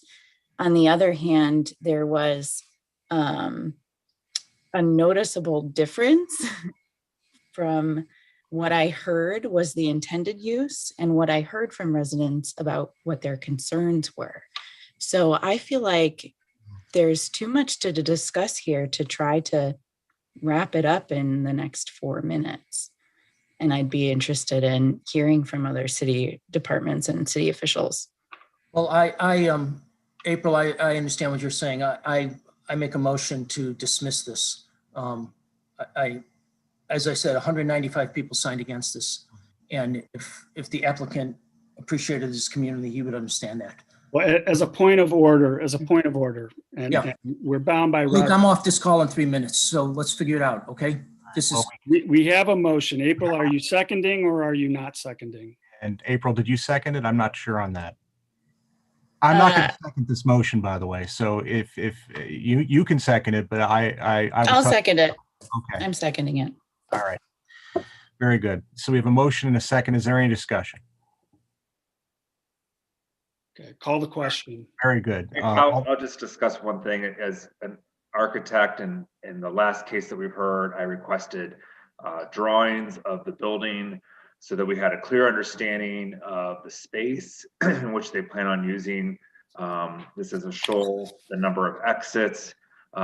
These were important decisions, or important things for me to make a decision as to how many people could fit in that space properly and by code. So I would like to see, as Mr. Fine suggests, more drawings of the building and the site plan, so we have a clearer understanding of how the space is to be used. From my professional standpoint, that is what I'm requesting for the next meeting. One point I would like to notate is Hold on. I'm sorry. You are not on the planning commission, and I cannot. I'm sorry. We cannot have outbursts from the gallery. So we have a motion. We have a second. We had some discussion. Is there any further discussion before we take a vote on the motion to table? There's nothing further. Mrs. Thomas, will you call the roll on the motion to table? Mayor Brennan, No. Mrs. Urban, Yes. Mr. Simborski, no. Mr. Fine, Yes. Mr. Rock. Yes. Okay, the yeses have it. The item is tabled till the next meeting of the planning commission. So You people should have done your homework. Embarrassing. Embarrassing. is there a time. adjourn? He's had months. Ridiculous. Gross, this is gross, ridiculous. gross. Ridiculous. Get elected. I hope you don't get Waste of reelected. time. People have said yes. Ridiculous. Waste of You time. don't get reelected. I hope you don't. Scott. Is there a motion to adjourn? There's a motion by Mr. Fine to adjourn. Is there a second? There's a second by Mr. Rock. Mrs. Thomas, will you please call the roll? Mayor Brennan, Yes, Mrs. Urban, I think she may still be muted. Mr. Simborski, Yes, here we go. Mr. Simborski? If you give us a thumbs motion up. to adjourn. Yeah, we were muted, Mayor. I know. Yes, adjourn. Okay. Mrs. Urban, Let me see if I can find her. I've lost Mrs. Urban. okay, Mr. Fine, Yes. All right. Mr. Rock. Yes. Okay, we are adjourned. Next regular meeting is the first Thursday of March, which I think, or I'm sorry, this isn't the first Thursday of March, so the first Thursday of April, so whatever day that is. And we will be back then. Mayor, I'm just looking at the calendar and I feel horrible for tabling. I'm actually not in town that Thursday. If I could request that it be on a second Thursday of April. All right, we'll see what we can do. We will notify. I also think the first Thursday is that the first April 1st? That's the first, yeah. Yeah, that's during Passover. I think we won't be holding a meeting during Passover. Okay, we will schedule another meeting forthwith. Thank you. We are adjourned for the evening. Thank you, everyone, for your patience. Good night.